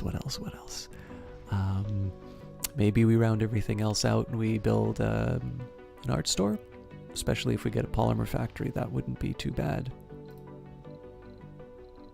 Research complete. Okay, systematic training. So that's going to be for my my botanists, I believed. Yeah. Okay, so let's think about our next step. So engineers and geologists have a 10% performance when working in their specialty. That's pretty good because I am going to be focused on extracting resources. So let's maybe focus, the most expensive ones that I can get would be an improvement to cargo space, which is actually pretty good given how frequently I'm going to be sending these rockets up and down. But I think with 3, I'm in pretty good shape. So let's say that it's not quite worth 2,000 for anything unless it's a garden. Now, I don't have any buildings that will take advantage of a spire, and right now I'm doing okay as far as my water is concerned. So I don't really need to do the water reclamation. Now, hydroscopic evaporators are not bad, but I'm, again, like I said, I've kind of already covered for water. So I can get my rockets to go up a little bit faster. That's tempting. Or alternatively, I can focus on subsurface heating, Mars crowdfunding, or productivity training. So given the fact that all of these things cost the same, I think I'm going to make my engineers and geologists a bit faster because, again, that's going to be focused on building things, which is something I know that I'm going to be doing pretty quickly. You know what? I'm actually going to change this around a little bit. I think we're going to say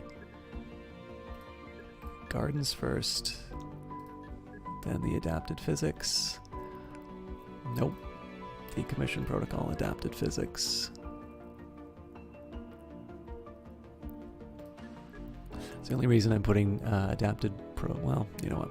I hate that I'm doing this, but I don't think you get any technology bonuses for researching something ahead of time, so I don't want to ignore the low-hanging fruit, but there's just too many things that are so good for my existing priorities. Okay, so the Hyperion's going to be back to Earth. If I need, I can sort of do an emergency deposit of probably polymers are going to be the next thing that I need, so I should also be considering the polymer factory if I can. I believe that is external as well, so that'll be okay. Obviously, we still have a few days before I'm going to be able to bring any new people in, and it's a little bit of a shame that we may not be able to get the first human born on Mars. It looks like we're giving up a little of that comfort, so I did put a lot of effort into gaining that, but it may not have paid off.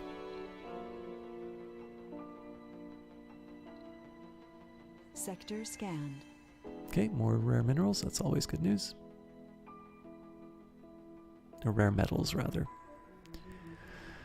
And the important thing right now is that rare metals really are a way for me to make money right now. It's less to do with constructing electronics, though that will be somewhat important for me. The big thing is that electronics are not a huge input, except for the There's more to the barren environs of the red planet than meets the eye. A veritable treasure trove of undiscovered knowledge and wonder. So long as you know where to look. Okay, so this was a pretty profitable one for us. So Life from Mars, which will give us some more applicants. Low G turbines, so we can improve our wind power. Explorer AI is actually going to be a pretty high priority for me.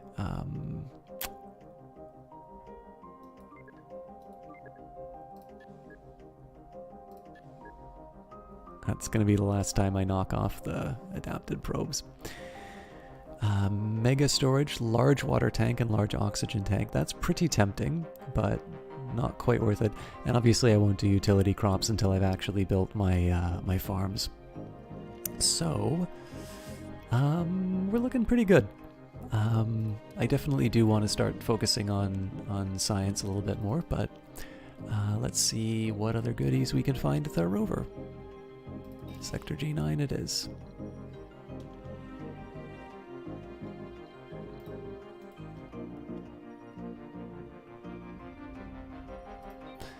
And sort of with that whirl of taking care of the space, looks like there's lots of opportunities down here. So if I want to focus on mining operations, we've obviously got some water.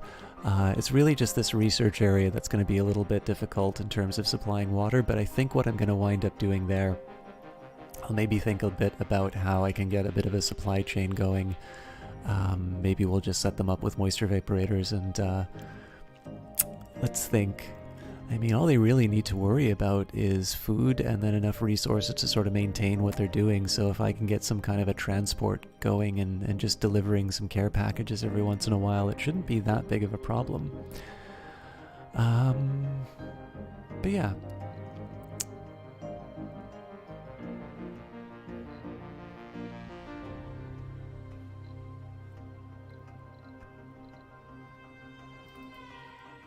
Alright, so completely neglected to notice that this guy's stopped working.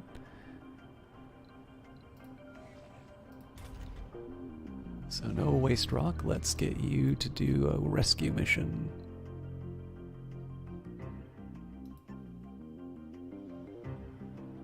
I wonder if it just got hit with a meteor and I didn't notice. Or maybe the Dust Devil.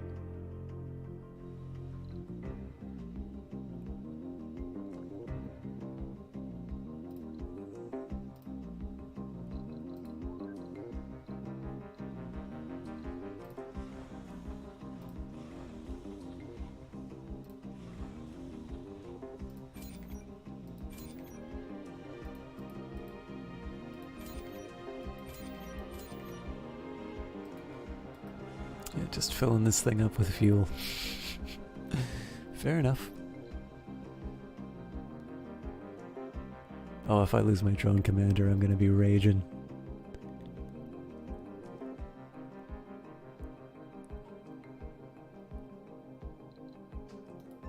Alright. So pit crew's done. And yes, we wanted to collect these.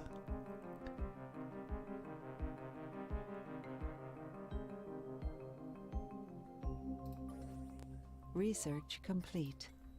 Okay, good news on the low G drive. I said that we were going to finally put this here. So this is just going to be changing the speed, which does actually count for... Anomaly analyzed. Okay, great news there.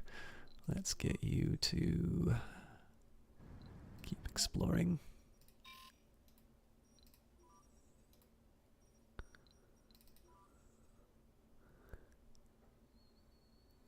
This will be kind of interesting to see what happens.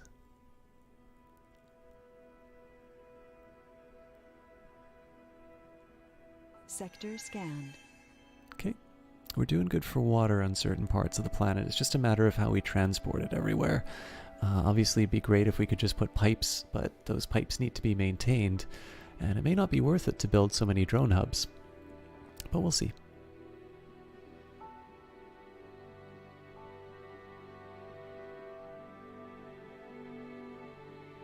It's really a question in terms of what I'm trying to accomplish, and right now I'm just sort of trying to get some cash flow, and then the second phase is going to be focusing on getting some Research money. complete. Okay, so how are we doing for concrete? Concrete's actually pretty okay.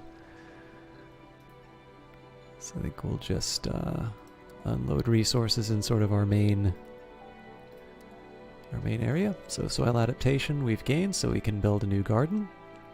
And in the meantime, let's think a bit about what we want to do. Probably the low-hanging fruit of 1500 is best. Utility crops might be nice.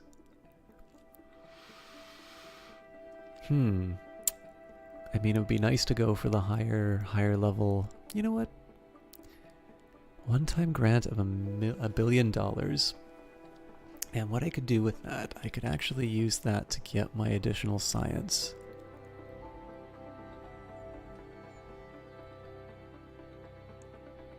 I think I'm going to put the investment in the Martian engines, though. Well, you know what? We'll try the utility crops for now.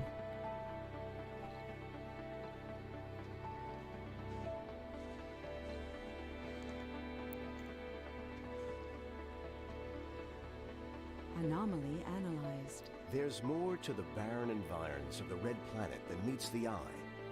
A veritable treasure trove of undiscovered knowledge and wonder. So long as you know where to look.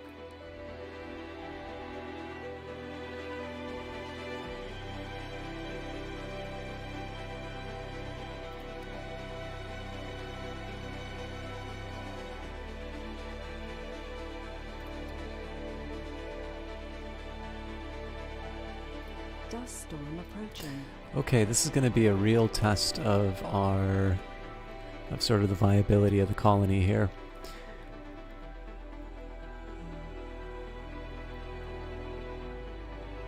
So we've got 4 wind towers, which are going to be producing extra power.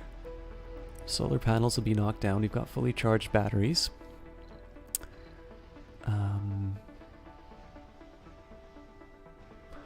Maybe what I'll do as a precautionary step, we'll turn off some of the... Well, no, because we've got enough power during the night that the batteries shouldn't be drawing down. So we'll actually see if we can maintain the colony through the dust storm.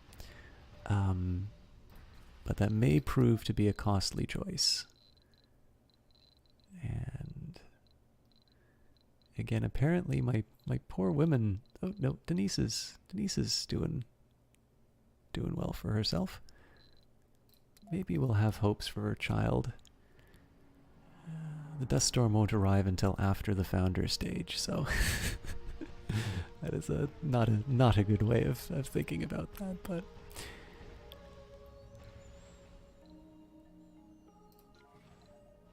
so that's just to clear out the possibility of building an extractor there. And what I forgot to check was this barrel dome. Yep, so I'm going to be able to take advantage of those 3. This is a pretty high priority for me now. If I can figure out the logistics, it's definitely a nice big science boost. Okay, regrettably, no real opportunities for exploration. So what I think I'm going to do, just on the odd chance that something nasty happens, Sector scanned. we're gonna put this good gentleman right in the middle of the 2 drone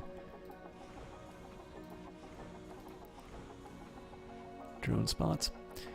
Okay, and what are we doing for drone hubs? So we've got 10 and we've got 11, so I think I'm just going to evenly divide. 1, 2.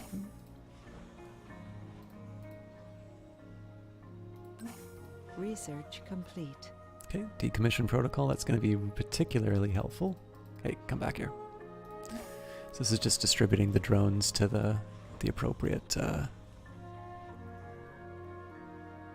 hubs. So decommission protocol, we've reached the point where we must do away with the old buildings on Mars to make way for new ones. So let's think a little bit. I'm probably going to be focusing on clearing out my 1500s before I go too far up. I mean, it would be nice to do things like micro-manufacturing and whatnot. But let's think a bit. So do I need the money? It'd be nice. Okay, so this is actually less important than I thought because it's an RC transport, which I don't have. So what I'm going to do here is I'm going to take the advanced Martian engines, and that's just going to mean that my rockets fuel up a little bit faster. And the big advantage to that is just going to be that I'm going to be a bit more nimble in terms of my responses to events. So for instance, we're getting a little low on electronics, but we're also getting a little low on polymers. And the fact that I may be able to make a decision one way or the other a little bit. Oops. The founders are supposed to be the pillars of the future colony, destined to be remembered for generations. For they are meant to tread and live where no man has ever lived before, in an environment not meant for man to live in to begin with. This is why it came as a shock to all of us when Jacques Claude turned out to be such a whiner.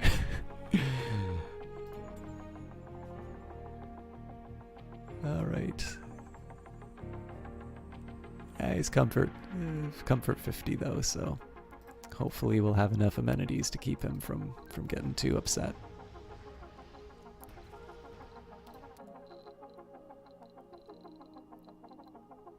So we've got some 80s, but again, all my women are at 65 or below.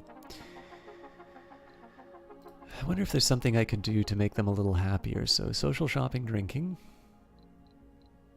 Social shopping, so gambling, I have a feeling that she's a little upset that she can't do that. So shopping, gambling, medical checks, and drinking.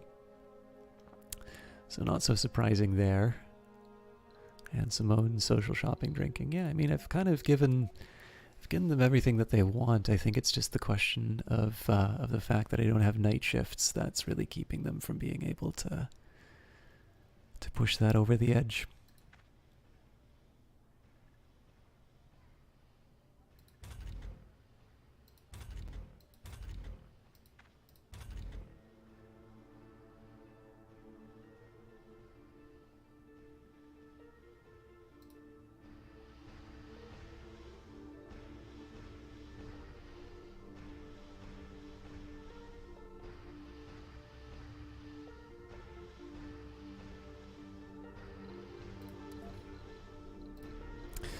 So it's the farm going to cost me 8 concrete.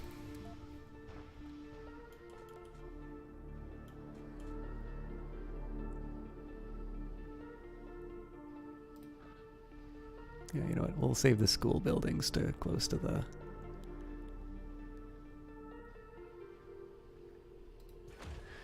So I'm kind of trying to use these back ones first because it's very unlikely that I'm going to... It's very unlikely that I'm going to wind up building a passage. This was the most likely for a passage, so it's kind of why I considered building the farm there, but we'll also make this a low priority because we're not going to have botanists anytime soon. So this regrettably only has 6 rare minerals. I mean, I could spend some more time loading. Well, actually, you know what? I think I am going to spend some more time loading it up because there's only 4 more left on here, so... Research complete. Oh. Milestone achieved.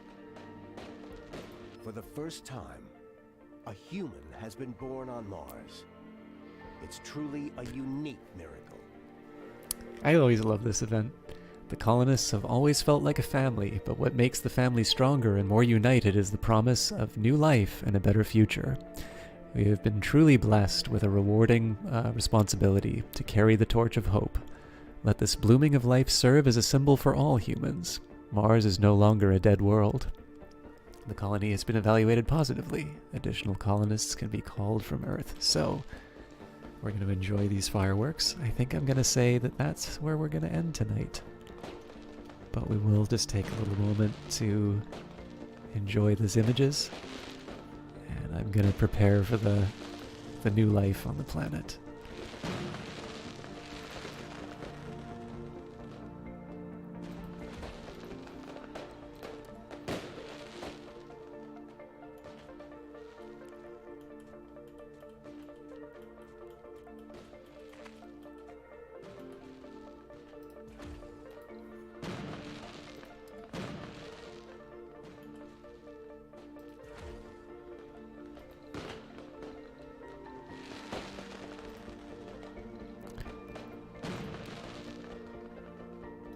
Just one little garden.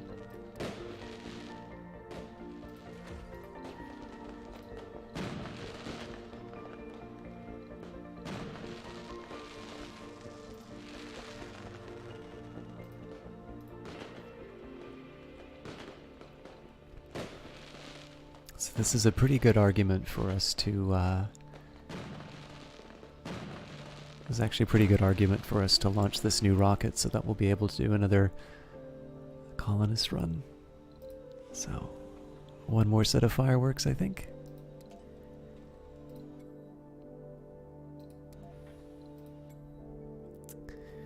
So we've got our Explorer AI, that's going to give us a boost to our science. That's great news too.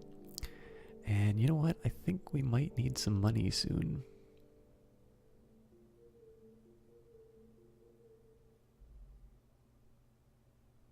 So the drone hub is tempting and all, but I think we're gonna go for the crowdfunding.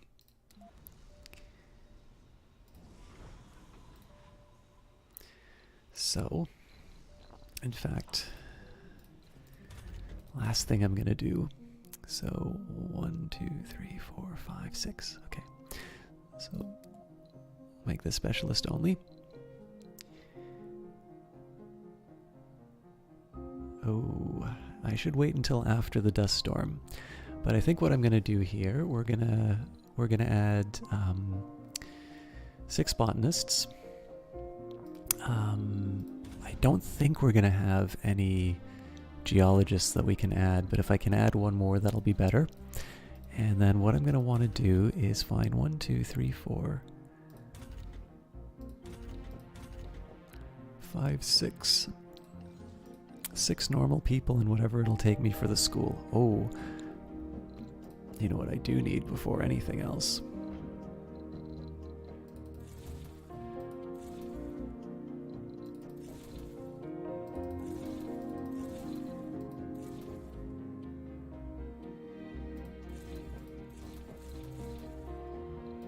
So add another drone.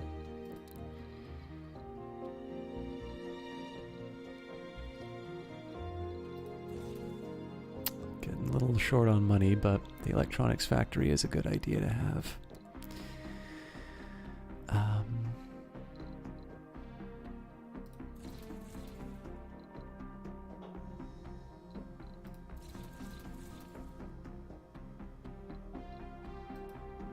It's definitely a bit risky as far as the money is concerned, but I think that was the right call.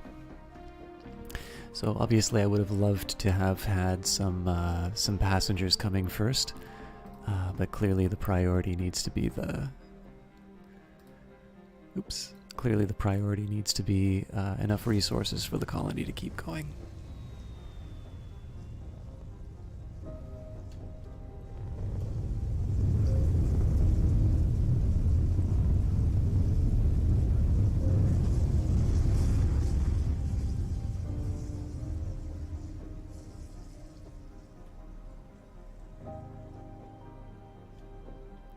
And on that note, if you stayed for this broadcast, thank you very much. I know there were some times when I was a little distracted by some of the other things going on. I'm going to try and keep that to a minimum. But this was a nice little experiment. I really enjoyed doing this. And if you enjoy something a little bit slower paced and I don't know, just being able to enjoy the atmosphere of surviving Mars. As always, let me know if you'd like more stuff like this. It's not my usual thing, and it's not guaranteed that I'll do more of these. So if you feel strongly one way or the other, do let me know. And I suppose particularly if you don't like this, just letting me know why. My intention in asking stuff like that is less about, wanting to explain why you're wrong. I am interested in how I can make these things better. And if you feel that maybe Twitch is not the best place to see sort of more idle gameplay, less going on, I totally get that. So this is a bit of an experiment to see if people who like more relaxing, just not a lot happening, just something nice to have on in the background, to see whether or not that can be accommodated, and see if maybe it's something that there's an audience for. But one way or the other, thank you for sharing this little experiment with me, and I hope to see you again, either in Surviving Mars or in another place. Have a good night.